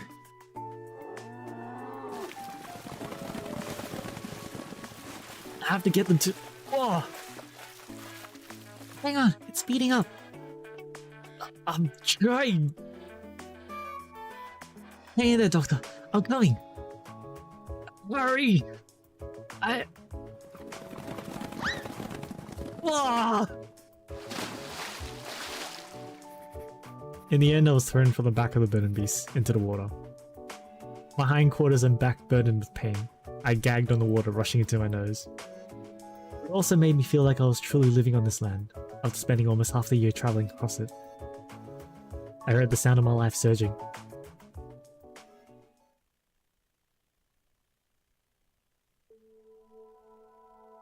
Summer, 1091. Castle. No more messenger stations from here on. Villages become sparse, and bandits become frequent. Afraid we have to part ways here, Savage. Sure, what it is. Actually doing monsters. Why? The region ahead is in turmoil. You'll be in danger if the mercenaries spot you. You and Amiya will be in danger too, won't you? I'll be fine. Come this far. See your journey through to the end. Tell it. Thank you. The Cordace's ears quiver at the mention of her real name. She glances at the doctor. A few months is neither long or short. True, it comprised only a tiny part of her lifetime. But it was also a span of a few hundred days, filled with countless unforgettable experiences. Under the settling sun, before the sand beasts, beneath the eaves, upon this land. She had enjoyed the journey, even if she never fully understood her quiet companion, and the many strange and curious ideas that companion had.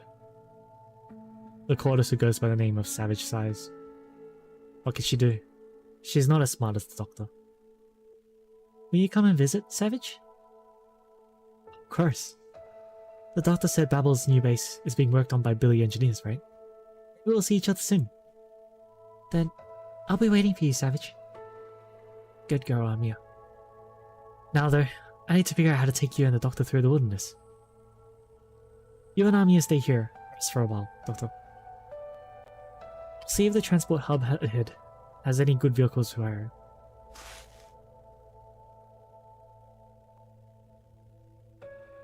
Doctor. Wow! Do we have time to say goodbye?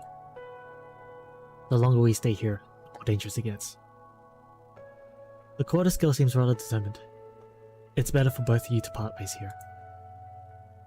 I suppose you're right. We won't wait for Savage? Sometimes, Amia, we have to do bad things for good reasons. We don't want Savage to be in danger, do we? She doesn't want to leave you. It's rude to leave without saying goodbye, but that way, Savage won't face danger. Promise, we'll get to see her again. Can I leave a note for Savage? She'll be worried if she comes back to find us gone. Good thinking. Go ahead and write one. Okay. Her Highness wants to meet with you. Alone. Things aren't going well. How's Kasu? It's not the time. Leave once a girl has written her note. Can we trouble you with the note? Certainly. I'll leave it where she is sure to see it. Oh, that's makes me sad. Was that the after or the before? Okay, that was the before. Autumn 1091. It's Island of Babel, Hasdal. How's progress, Closure? The last thing I need is another core control flavor. Well, since you had to bring it up, I might have run into a little problem. Even with the tricks you taught me, the encryption methods used by many of PRTS's programs are almost incomprehensible to a normal brain. My decoder isn't fully compatible yet. You may not be able to shut the system down before the doctor arrives on the ship. Try again. If you're not confident about getting it done, then we'll go to the contingency plan, cutting off power to the entire ship. Leave it to me. Are they trying to hide information from the doctor? Why? Seems like you're still keeping a lot of secrets there. I've never seen anyone make you so nervous. That's not important. What's important is making sure nothing happens to the ship.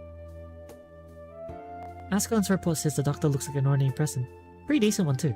Picked up a little stray little Cordis and carried her all across the land. Do we really have to be so on edge? It's not the doctor I fear. Then what is it? You don't need to know yet. Wipe the doctor's boarding records. It's for the safety of both the doctor and Babel. The others don't need to know that the doctor exists until the doctor and Teresa have reached a conclusion. Alright, I'll work it out. I wonder why you seem to care a lot about this doctor at the same time that you're so on guard over the whole thing. I've got it. Doctor must have dirt on you. Don't bother, you won't find it. Why so serious?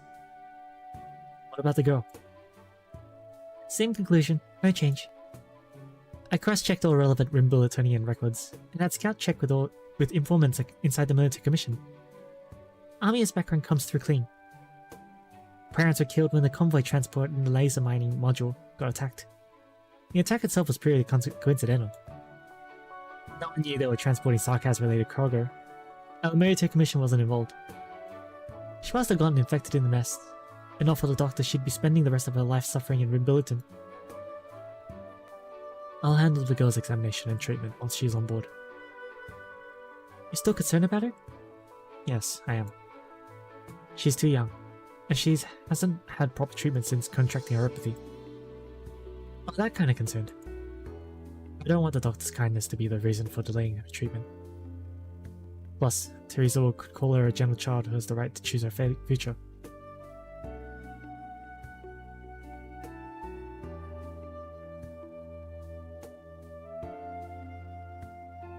Amiya. Let me sleep. Where are we? Doctor? The doctor's here. Wake up, sleepyhead. You're almost home. Huh? In her half-awake state, Amiya feels a warm fingertip brush her cheek. That tickles. Don't do that. Well, who are you? I'm Teresa. Teresa, the doctor talked about you. Huh? What did the doctor say? I don't remember. I was having a great carrot cake at the time, though. Carrot. Carrot cake. Teresa should smell nice. Be really warm and sweet. What about now? Is she as you imagined her? Yeah, smells good. Warm and sweet. Doesn't smell like carrots, though. Not fully awake, I see. Will you come home with us, Samuel? Yeah, okay.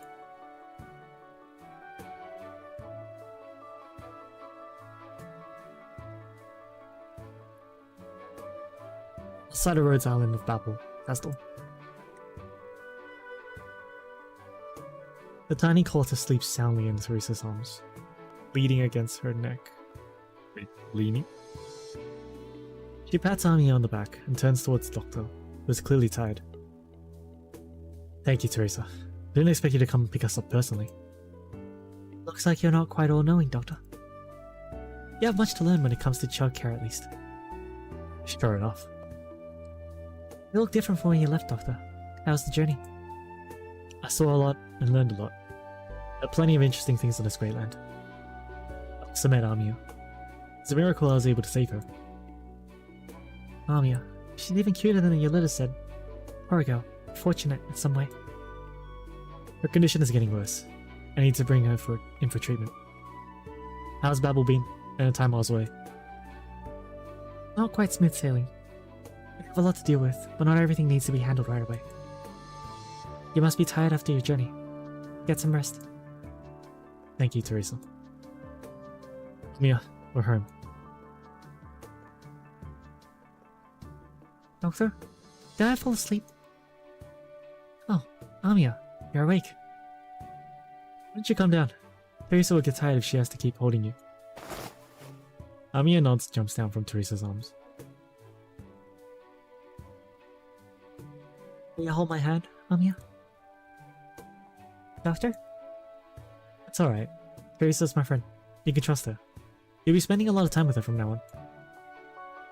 Okay. Is this Babel? Yes. It's so big. Even bigger than those mining plates. So this is where you used to live. Spent a long time here. A very long time.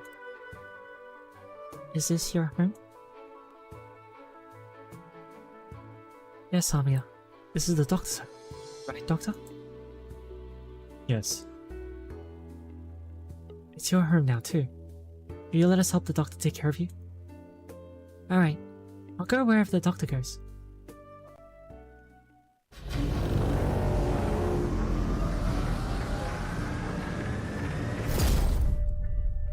Step onto the elevator, and the Babel logo appears before their eyes. The heavy door opens to welcome them in. Sensing Amiya's unease, Teresa puts a hand on her shoulder. What's behind the door? People waiting to welcome you and the doctor. You sure about taking me and the girl in, Teresa? Why shouldn't I be? I'm glad to have more people calling Babel their home.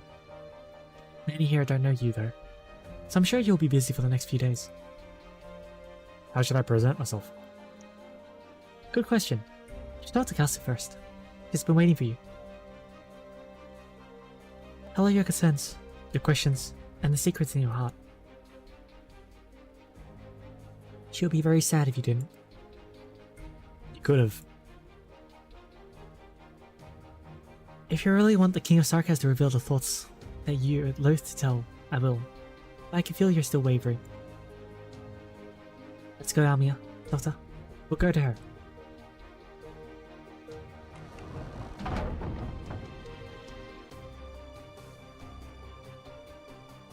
Amia. You're Amia, aren't you? Yes. Kelsey crouches down and gives the girl a candy. Thank you for protecting the doctor throughout your journey. Yeah. Thank you, Dr. Kelsey. Fetch Teresa. I need to do some checks on you. Will they hurt? A little, but the doctor's letters called you a brave girl. Will the doctor be with me? Of course. The doctor has some things to do first, though. It's alright, Amia. Just wait for me here in the ward. I'll be back very soon. Okay.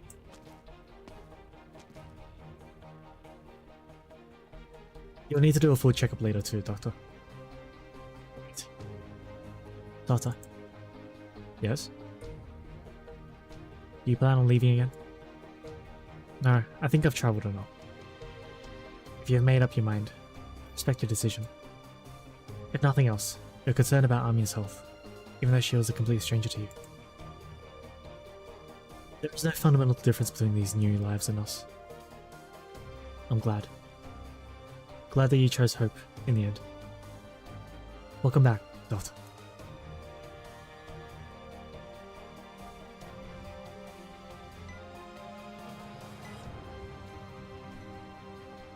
How is Amia? Blood originium levels are high. Currently available inhibitors are not sufficient to stabilize her condition. We need to develop new drugs. I need time and resources. Babbles are yours to use, Doctor. We're happy to share our research on neuropathy with you. What can I help you and Kelsey with in exchange? This is not a transaction. It's one of our core missions of Babel, do everything in our power to help everyone suffering from neuropathy. Since the day that Kelsey woke you up, I was convinced that you would help with all of this, just as you helped Amia. Thank you. Now, perhaps I have a chance to ask you this question, Doctor. How do you view this land, Terra? I don't think it's my place to judge. There's no such thing as superior or inferior civilizations. It took a long and hard journey for Terra to evolve to where it is today. Add to that the stick joke that Originium has played on life. You said that Originium did not develop the way you expected. It wasn't supposed to bring such suffering. You sense that you are keeping secrets. There's nothing false about the sorrow coming from deep within your heart. Sorrow that I can't understand. I want to fix this mistake, but I'm powerless to do so. At the end of the day, civilizations largely progress in similar ways. It all comes to an inevitable endpoint, however bright its light shines at its peak. Now Kelsey said you don't give up hope, even in your final days. I had many friends, even in those last days, who faced difficulties far greater than you can imagine. With courage and hope as every bit your equal. But they failed and faded away, without exception. We haven't known each other that long, Teresa. I want to know, why do you do all this? What's the end that Babel seeks in compromising with the military commission? There's something I want to show you, Doctor. I need to ask you about Originium, sooner or later. So I Kelsey wake you up. Please, come see the results of my brief time at work.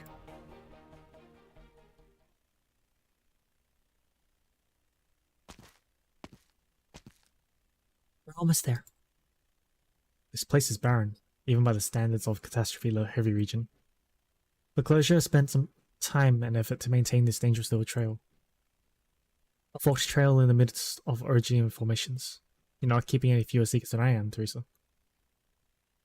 A king of Sarkas has to have a few secrets. Don't tell anyone what you see here.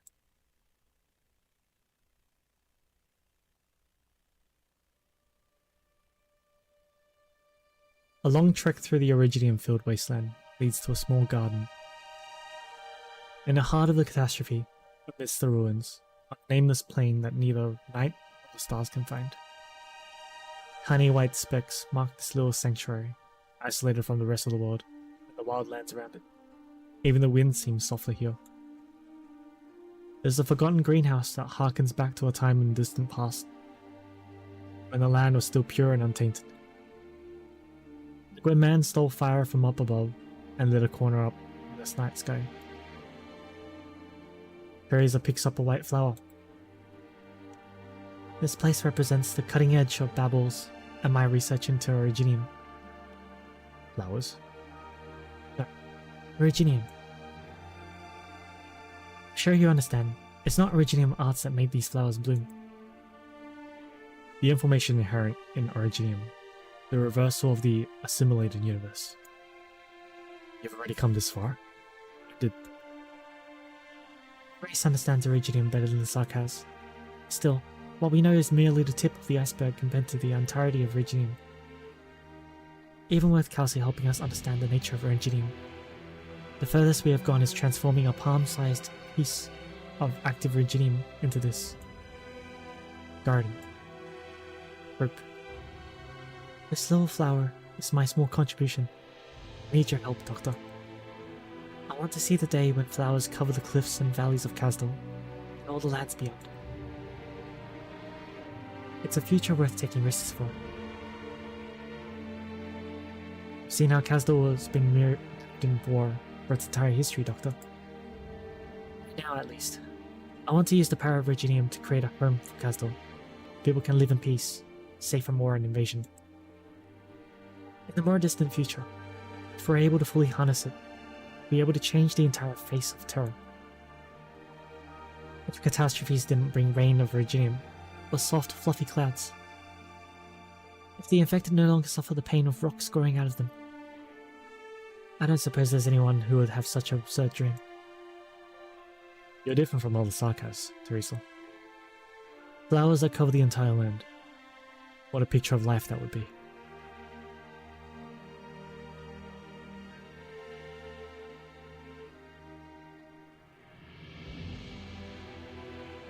Doctor? Why this flower? Oh, there's no particular reason. I just happened to come across it outside the valley when I was looking for a good place for my experiments. Pure coincidence. Bowser said it had a name. So in Snub.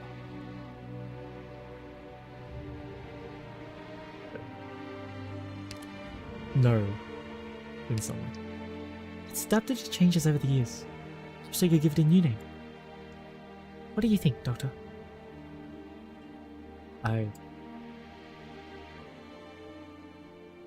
A new path is opening up.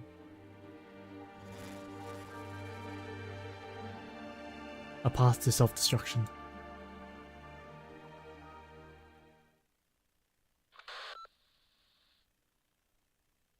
Can you hear me, Teresa? I'm listening. Just giving the Doctor a tour of our... Urgent news from Kasdal. It concerns Victoria.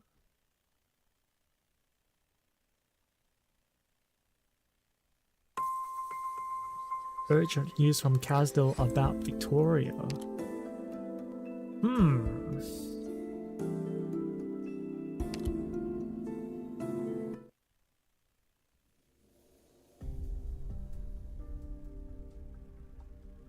Your Highness Teresa's, King of Regent of Kasdal, Commanding General of the Military Commission. Halfway there. Only halfway! Wandering scholars have brought back tales of a new nomadic city on the rise in the distant desert. The fires of the ancient furnace continue to burn, and the once scattered mercenaries have flocked to one banner, to the city walls that grow taller by the day. Your strength and reputation have caught the attention of the Duke of Cavendish. You have changed the way we view the Sarkas tropes. Perhaps now is the time to set prejudices aside, and engage in sincere sharing and cooperation that would be beneficial to us both. I, the Duke of Cavendish, hereby invite you to visit my demesne, where we may sit and parley. Our venerable empire has use for you and your brave warriors.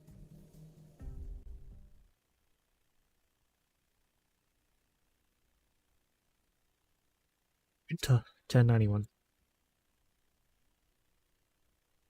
One more time. I have to do this.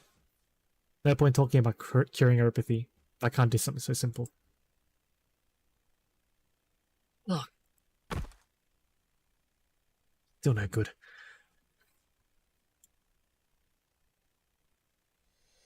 Excuse me. Why don't you put that medkit down? Leave the stuff to us. Alright. Some time in the gym would do you good once you've recovered. Can't carry a medkit down. How heavy is the medkit? At present, there is no way for you to match the physical prowess of a Terran through training. Your talents are better employed outside of manual labor. I know. It's just that, you know, I have my pride too. You've looked on edge since that day. Thinking about Teresa. Traveling alone to a city under enemy control isn't the most logical course of action for a leader. The warriors with her may be outstanding, but they're not enough to protect her in the face of an entire army. King of Sarkas enjoys unimaginable status in Sarkas tradition, and Teresa's own achievements are well recognized. The military commission would not act rashly. But Victoria's invitation to Kazdal cannot be taken as a sign of goodwill. It means that Terra's powers have once again set their sights on Kazdal. Teresa needs to go to Kazdal and make it clear that she will not permit Kazdal to become embroiled in another war. Even if I know how the military commission of Babel came into being, in my understanding the Sarkas can hardly afford an internal conflict that could drain them of what little resources they have left. They have enough to deal with as is. They have a complicated history, and that brings different attitudes towards outsiders. The Sarkas people have a right to choose their path they believe is correct. Teresa's. Looks like we've got a lot to deal with besides eropathy. There's a big difference between knowing and understanding, I guess. Looks like there's still much I still need to learn about the history of Terra. This time you'll be the one to guide me, Kasu. Of course. All we can do right now is make sure the eropathy patients at Rhodes Island have access to proper treatment.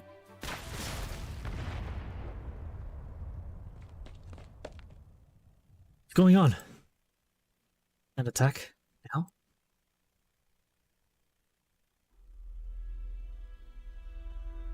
Her Highness has set out. Listen up. We exalt only Her Highness. Destroy Babel, and she will return to the embrace of Kazdal. If we're branded traitors, so be it, but the Regent must not be hindered at this crucial juncture. Kazdal will take back all that we lost. Let Sarkas be united as Her Highness wills. Fucking idiots. Scar Market, Kazdal. Her Highness is coming. Her Highness? The one who's still on the run? His or her? It's not your place to talk shit. Huh? Say, did you take that job? Wouldn't pass up an opportunity like this if that's the last thing I did.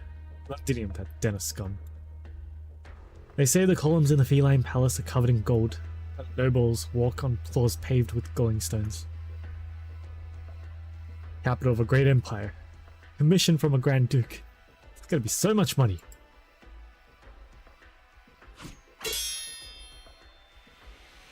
It's been a while, Ascalon.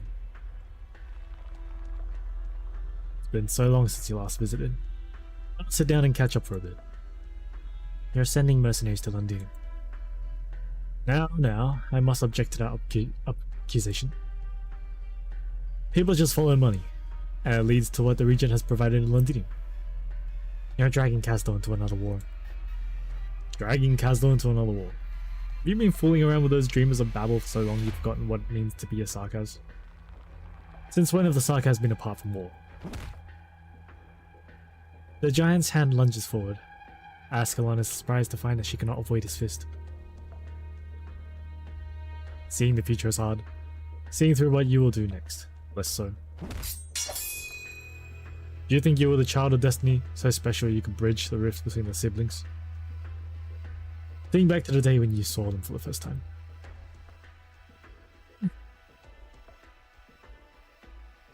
When you skinned that young mangler and followed the trail of blood through the wilderness.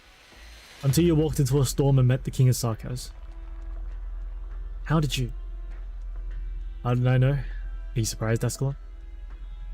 I saw the prophecy that led that tribe on the wastes into the storm that day with game. You happened to be the one that lived. No one truly understands prophecy. No one can interfere with the future. I wanted to catch the tail of fate. I wanted to make prophecy. Tiresias didn't kill you. Instead he kept you and raised you. Maybe you wanted to tempt fate. But you never changed. In all these years, you're still that poor lost child in the waste. Patience, Ascalon. You're not a threat to me yet. I have higher hopes for you than this. As I said, your blade points at all the enemies of the Sarkaz. Tiresias raised you to be a deathmonger, yet you understand less about him than a warmonger like me. Did you think Tiresias would be content to be some puppet for those dukes? Spare your breath, if you don't know the full extent of his plan. Curious, how would you stand before Tiresias if he was sitting in the room behind me right now? You're simply repeating the words of others on behalf of the one behind you. You seem to have put a lot of thought into this war.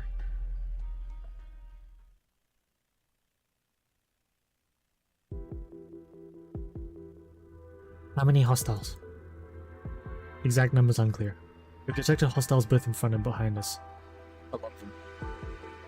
Whether it's Teresa's intention or not, the other generals of the military commission seemed intent to crush Babel while Teresa is absent. That way the Sarkaz won't have a choice. How many combat personnel do we have? The best soldiers went into negotiations with Her Highness. A good part of the remaining ones have been assigned to supply convoys, but we have less than 1/3 of our normal force. Ooh, yikes. At the very least, we need to break through the roadblock ahead. Kasu, take command. Daughter, if, as you said, this attack was launched by a few members of the military commission, then they are undoubtedly planning to get this done in one go. We can't let them set this pace. Find out where their lines are thin, disrupt their rhythm, and be safe. Have you fought a war before, daughter? Not the flesh and blood kind, but I've been trained. I'm able to reconstruct the battlefield as a computable data model. Take the front line, Telsi. I know you'll be able to protect us. Of course.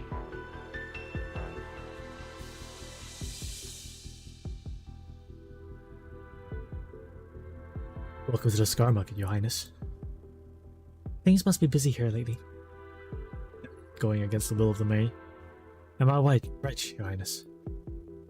The voices of the few are worth respecting too. We know nothing of what's happening in the lands beyond. Their lives will be turned upside down. They'll be without a home once again. Just a humble merchant. My business only stretches so far. Mercenaries seek to sell their lives. I seek to make money. That's why I always respect the positions of my big clients. Then I'll talk to your biggest client. The one in the room behind you. Your Highness should go no further. Since when have you started meddling in the affairs of Castle Scarai? What reason I can't let you go further? Well,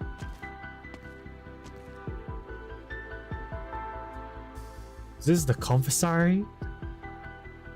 Please don't make things difficult for Scarai, Your Highness. You understand that there's only one way this can go. If you and the Regent come face to face here. Confessarius.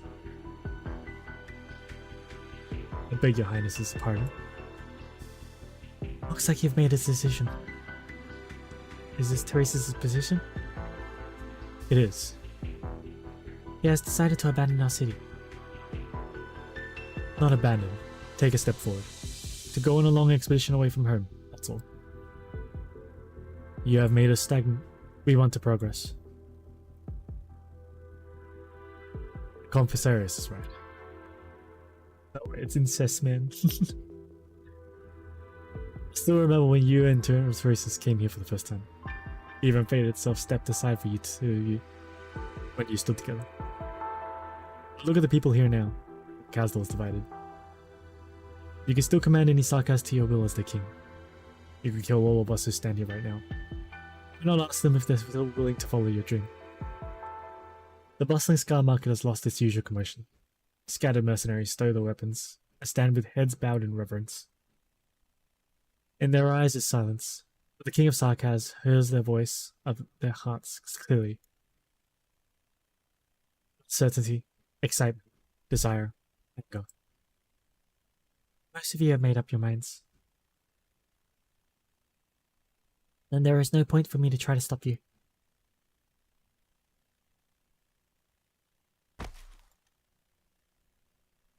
One of the Sarkaz suddenly kneels. He has not changed his mind. He has not turned away from the temptation of Teresa's plan. He simply feels a sense of guilt towards Teresa, one of the 6 heroes that King who rebuilt Castle. Kneel if you feel he should. Neither Tyranno Teresus nor Lord Scar will fall to you. This ancient gesture signifies more than just fealty. I'm more familiar with its other meaning. Penitence. I'm not saying that. Have you found the meaning of your name? Not yet, Your Highness. Then forgive their sins as you must forgive yours. Teresus and I will carry all your sins. As you bid. I bow to you, King of Sarkaz. That works as our harass stuff. This own noise. Hey Emma, I see you've changed your name to Tekken. We are reading story. In millennia of Sarkaz history, it has always been an honor for warriors to go to war with their kings. They have tasted struggle and glory, picked themselves off from the bloodied soil. But the kings of Sarkaz always stood in front of them, never abandoning their people. At the king's point, that is where home is, where cities will emerge from the earth. Now though, they have abandoned their king. I promised a home of peace and safety. Sarkaz will be forever free for more. Before I set foot here, I had a sliver of hope that perhaps someone would follow me.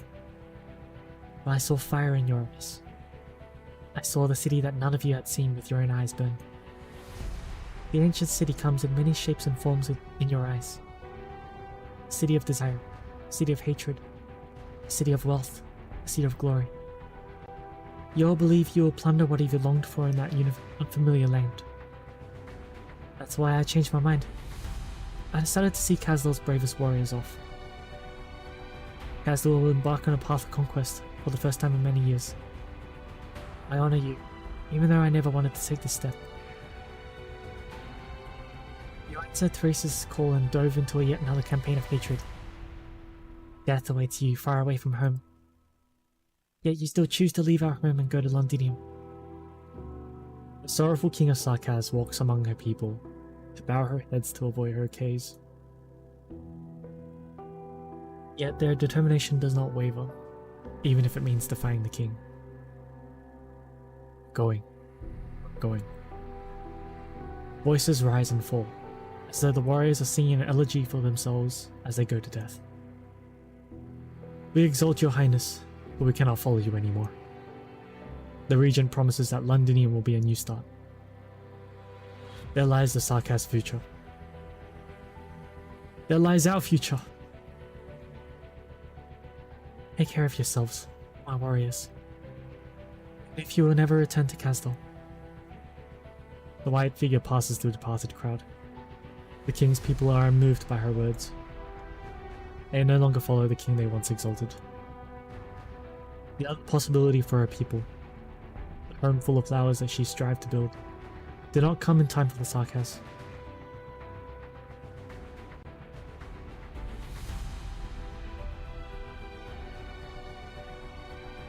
General,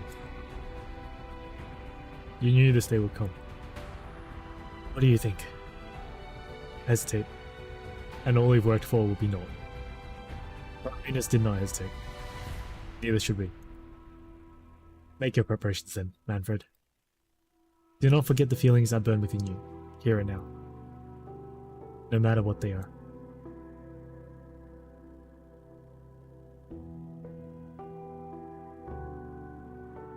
Secret entrance of Scar Market, Castle.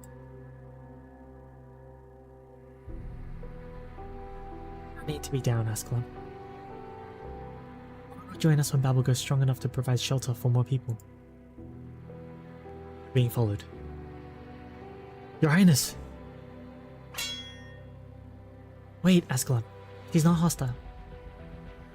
Whoa, that was a hard hit. Is that a sleeve blade? Anyway, Your Highness, I would like to leave with you, if that's okay with you. Thank you. What's your name? Julie. A nice name. One that's not often used by mercenaries.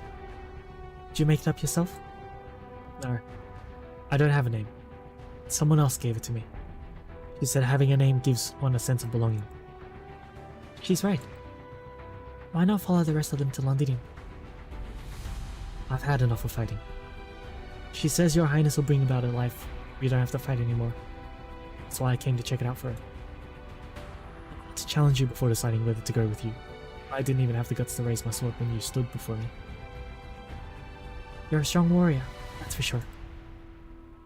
I wouldn't say that about myself when I'm standing in front of you. At least I can be sure that she wasn't playing me for a fool when she said you were once a great hero of Castle. The reason's so simple it's hard to believe. The red-haired mercenary scratches her head. Well, I guess I liked the way you talked just now. I'm sure I understood most of it though. Where's your friend? She can come too. She's already here. Her sword and her clothes. Maybe a little loosely fitting though. She was a strong warrior. Felt a little like this one over here. I'm a little something of a tailor. I could hem it for you. There's no need. I'm used to it. Let's go then, Julie. One moment please, Your Highness. There are other mercenaries here who want to go with you. Teresa looks towards the dark exit of the Scar Market, sees a swaying speck of flame. Speck becomes two. Two become three. And many more emerge from the darkness. The first torch-carrying mercenary steps into the sunlight, sees the white figure standing atop the hill. He points forward and walks towards Teresa without looking back. More and more follow him, lines seemingly without end. Just because we're used to battle doesn't mean we're willing to bury ourselves in a campaign with no end in sight. If there's another way to live, any of us are willing to take it. Some people are secretly recruiting the willing in Castle. There may be some there ready to join us, although the journey through the wilderness will be a tough one. I'll make arrangements. Let's go, Julie. We have a lot to do. There are plenty of people here for us to house, after all.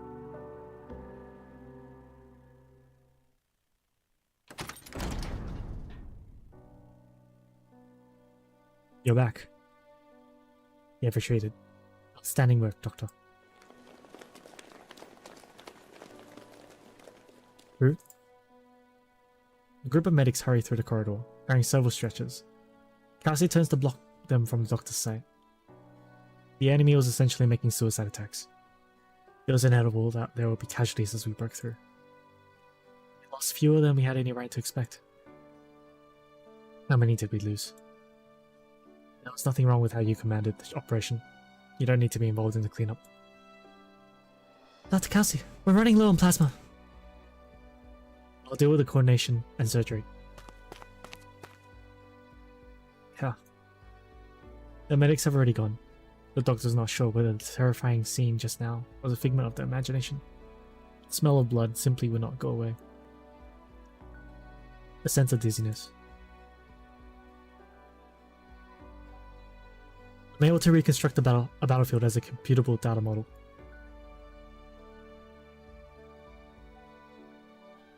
But it's not numbers that fight a war. Living, breathing people are fighting for their survival. How long has it been since I... Doctor.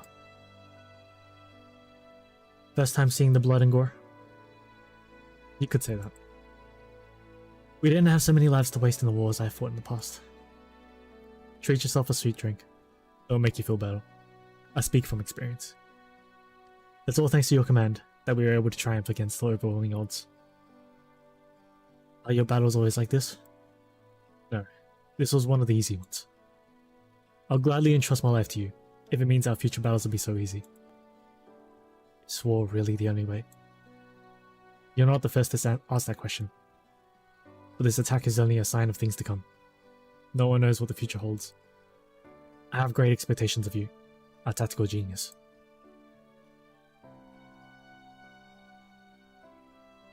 The history books would record that the two Sarkaz rulers declared war on each other in the winter of 1091, causing open hostilities to break out between the military commission and Babel.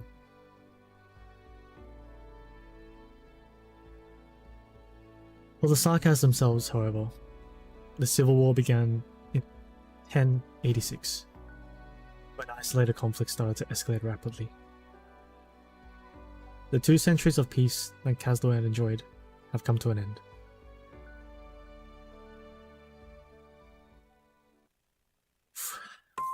That is rough.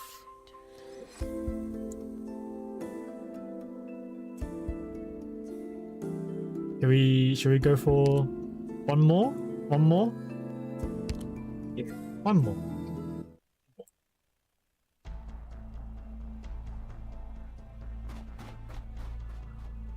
Look, up ahead.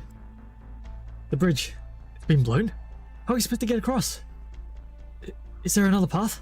The catastrophe cloud's still over our heads. We can't go any further, not with all the wounded and children. Damn, the iridium crystals on the ground are starting to glow. They'll kill us before the catastrophe even has a chance.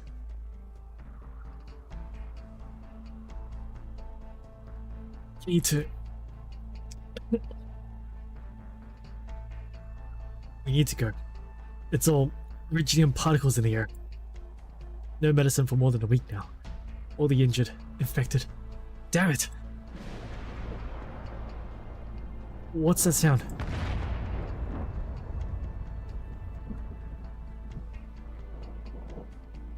Reinforcements from Babel yet? Keep looking for a path. Don't come back until you do. The catastrophe cloud's fully formed. Which unit attacked the hospital? Don't leave a scar eyes that crazy. Stay together. It's too late to try and get out of the catastrophe. We need to find some clean caves. Nothing with iridium traces in it. Not even a little bit. Doing this to the wounded. Teresa, you piece of... My leg hurts. Don't cry. Don't cry. We're almost home. No. No. It hurts. It hurts.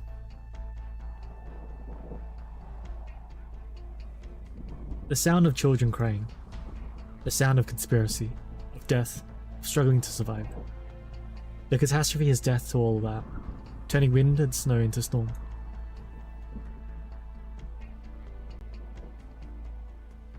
A few figures stand on a distant cliff. The woman stands on the edge, peering silently into the distance. A merciless catastrophe. Enemy soldiers blocking key passages. Fleeing beasts and the wounded and civilians with nowhere to run. It echoes in the valley, reaching Mantra's ears. It is the sound of children crying. I hear it. Children are crying. Down in the snow. This isn't good. 2,313. Confirmed. Location and physical data logged. Fewer losses than expected, but time's of the essence. Watching your arts up close is always a remarkable experience. Sure. Was Joel and HR able to get you a few assistance? A shame. Message sent to all squads. Cave, 7 kilometers to the northeast. Children are there. But the military commission's drones have found us. I'll stay. You go. They don't want to face my squad head on in this terrain. Just going to say hi. We'll try to take Manfred alive if he's leaving. Don't take unnecessary risks. Doctor here. Sorry I'm late. Operations in the CA area have concluded. Continue to carry out Mantra's plan. I'll provide support elsewhere. The priority is to help civilians and wounded. Good timing, Doctor.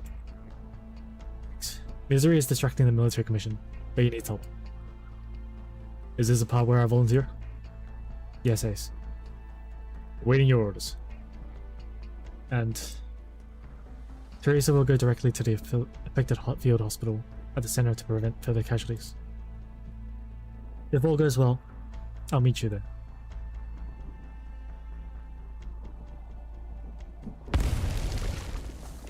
Explosion!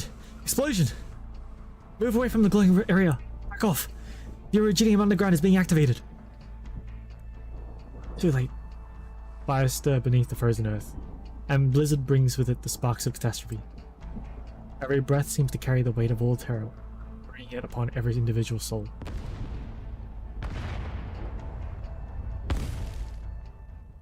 The weight vanishes in an instant. They look up to see an astonishing sight. Ugh. The explosion stopped. Snow floating in the air. The snow crystals here are almost indistinguishable from iridium crystals. Control over them can be achieved with sufficient focus. Your precise control over individual snowflakes is difficult, but it's not so difficult to hold a snowstorm off in an iridium-rich environment. Have you been paying attention in class, Aidan? Yes, here. I can give you 10 minutes. Go back to the meadows at the bottom of the valley and head south. Scout will guide your path. Don't you remember what I taught you? There are a lot of emergency precautions you could take in an iridium-dense environment, but you did nothing. Right? Wait, you have acute uropathy patients in your group. What were you thinking? Take this syringe. I'll do what I can. You have 10 minutes to get everybody in order. But you... Move it before the catastrophe fully forms. This area will be safe while I can dampen it for a bit. One more thing. I'm using several kinds of arts at the same time right now. I want to see an essay from all of you on my table by this weekend explaining which schools these arts belong to. So you better damn well make it out alive.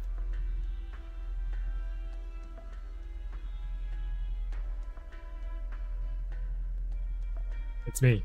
Any instruction from Manfred? What is he doing? Well, caught high rank amongst the Babel forces of refugees. Impossible. Look it up. Doubt there's anything to look up. Manfred probably made up the excuse on the spot. Even if they were there, they're Babel prisoners now. Rescuing prisoners in the middle of a catastrophe is not part of the contract. We have to do it anyway. Damn it. Get the Thorn squad back to check the blockade. It's 86 here. Hello? No response. Where'd they go? It's not time for a shift change yet, is it? Wait. Isn't it a little too quiet? There were foul beast cries only a moment ago. The animals must have fled the catastrophe.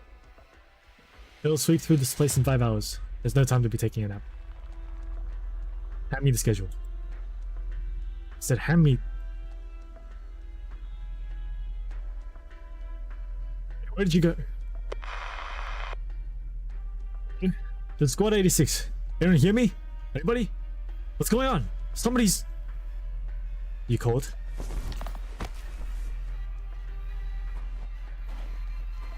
No. Gray squad silenced. No alerts. Path is clear. Combat personnel, follow these coordinates. Medics, take the injured and follow the markings I've left. There's something I need to confirm. It's the military commission's frequency, alright. These were scouts, not the rogue mercenaries that attacked our positions. Mission briefing, Strawberry. Just monitoring the retreat of the civilians. Manfred even lied to them that there was a royal court high rank here. Guess I'll leave the rest to Ascalon.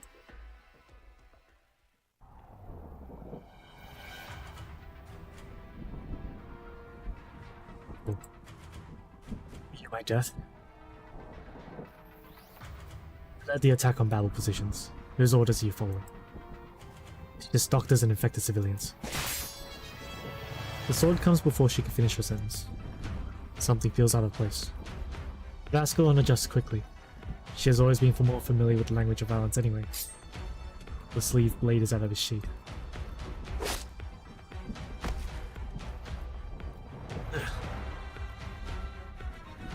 You.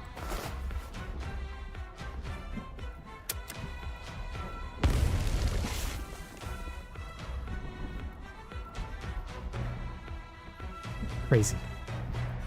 Surrender. You have no chance. It's me. Done. Sorry. Couldn't take him alive. He blew himself up. Something's not right. He recognized me as Babel immediately. So it was no match for me and quickly chose to blow himself up. Abnormally decisive. Could be some experienced spy or... Wait. I found a pouch. It's undamaged. Must have cut it off. There's a Babel sleeve badge, learned to commission metal inside. Not unusual for a mercenary working both sides of a war. And a piece of paper. Possibly personal notes. Most of it is illegible. The only thing I can make out is... no. Oh. Forget it. Not important.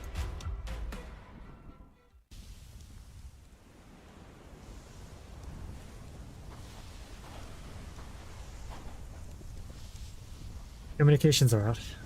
I guess the old stuff won't do it when our catastrophe is so close. Let's hope the other teams found a way out. Don't just stand there. Bring all the infected who can't move over here. What's the point? It's not like they'll be able to get away from the catastrophe. Just do it. It's not like you have anything to lose, is there? Some of the Kotos. My condition isn't that far from theirs. I'll end the suffering. Originium particles will spread when they die. I'll take the brunt of it. Take your bow, keep your distance, and finish your job. Now no. Hey, stay away from the affected. Julie will deal with them. Infected. It's just leaving them here like firewood. I'm not doing it because I want to. Is there any hope for them? Just death. They'll turn to dust in 10 minutes or so. They could have been saved. Does living a little longer count as being saved? Their conditions are too severe. If they die here, they'll die in some forgotten alleyway in Castle. Should have stayed in Sargon. Here, give them these suppressants. It'll at least relieve their pain. Where'd you get these suppressants? Who are you anyway? How'd you get here? Don't move! Your ID code, now, or I'll... Let the doctor pass. It's fine. Everything will be fine. You look familiar. Your Highness! How could you... We're right in the middle of a catastrophe. We're very grateful, but... You shouldn't have come. It's too dangerous. The white sarcasm appears on the battlefield, without a sound, as though she has come out of nowhere. The crowd whispers among themselves. Is she truly the king of Babel?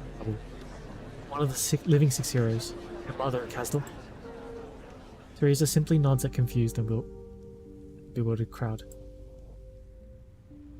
She kneels by the side of the infected. Your Highness. Sorry I came late. Too late to save your lives. Sorry I couldn't do enough. Please, don't. Teresa gently holds her hand in his hand in hers. The other infected, all the ones still conscious, those who have not fully given up on living, feel a little bit of gentle warmth. I'm listening, children. I will remember how all of you lived and died. Forgive me that I could not promise you more. For your family, children, friends, and comrades. There will come a day when they will no longer live in fear. Your lives should have been so much more. Now there, dream a warm dream. A dream that will come true. Sleep, children of Kasdal. Sleep in the warm embrace of home. Sleep. Thank you. The infected begin to glow with the colors originating. Tiny stones eat away at flesh and blood, transforming their lives and desires into fleeting sparks. Teresa holds the hands to the end, until shining dust rises towards the sky and is scattered by the wind, never to become stars upon the heavens.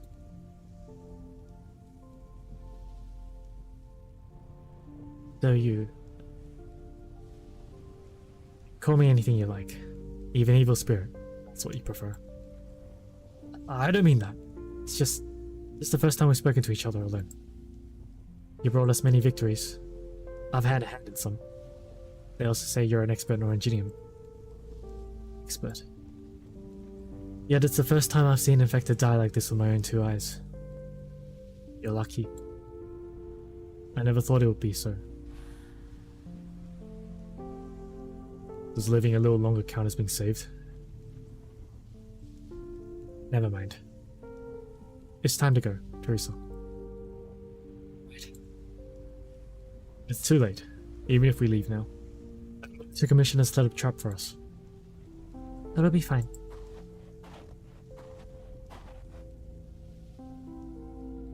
Let's go home.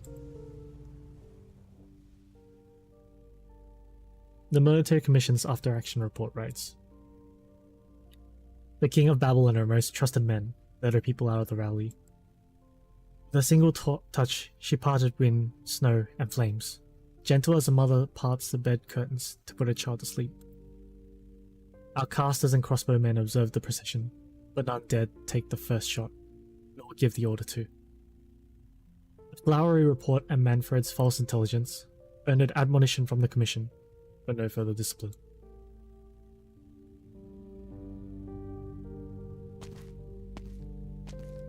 Doctor, I heard about the operation.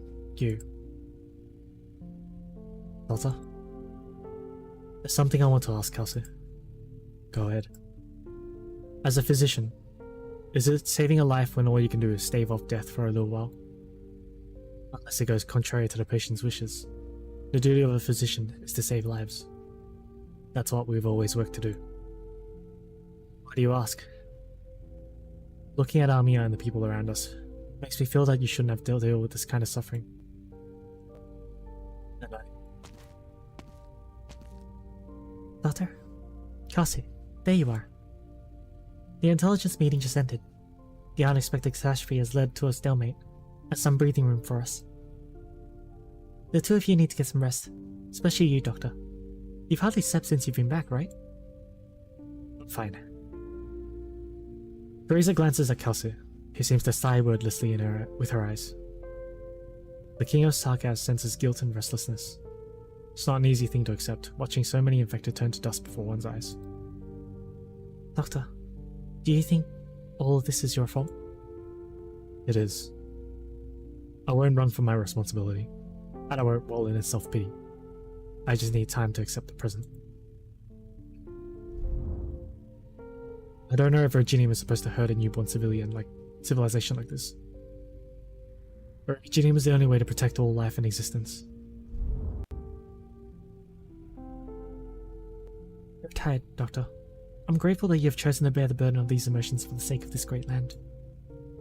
Your pain and struggle shows your kindness and ideals. I won't try to wipe them away, but we could share this burden, if you are willing. Teresa wants to hold the Doctor's hand, perceive the Doctor's guilt and anxiety-filled soul. She wants to help the Doctor.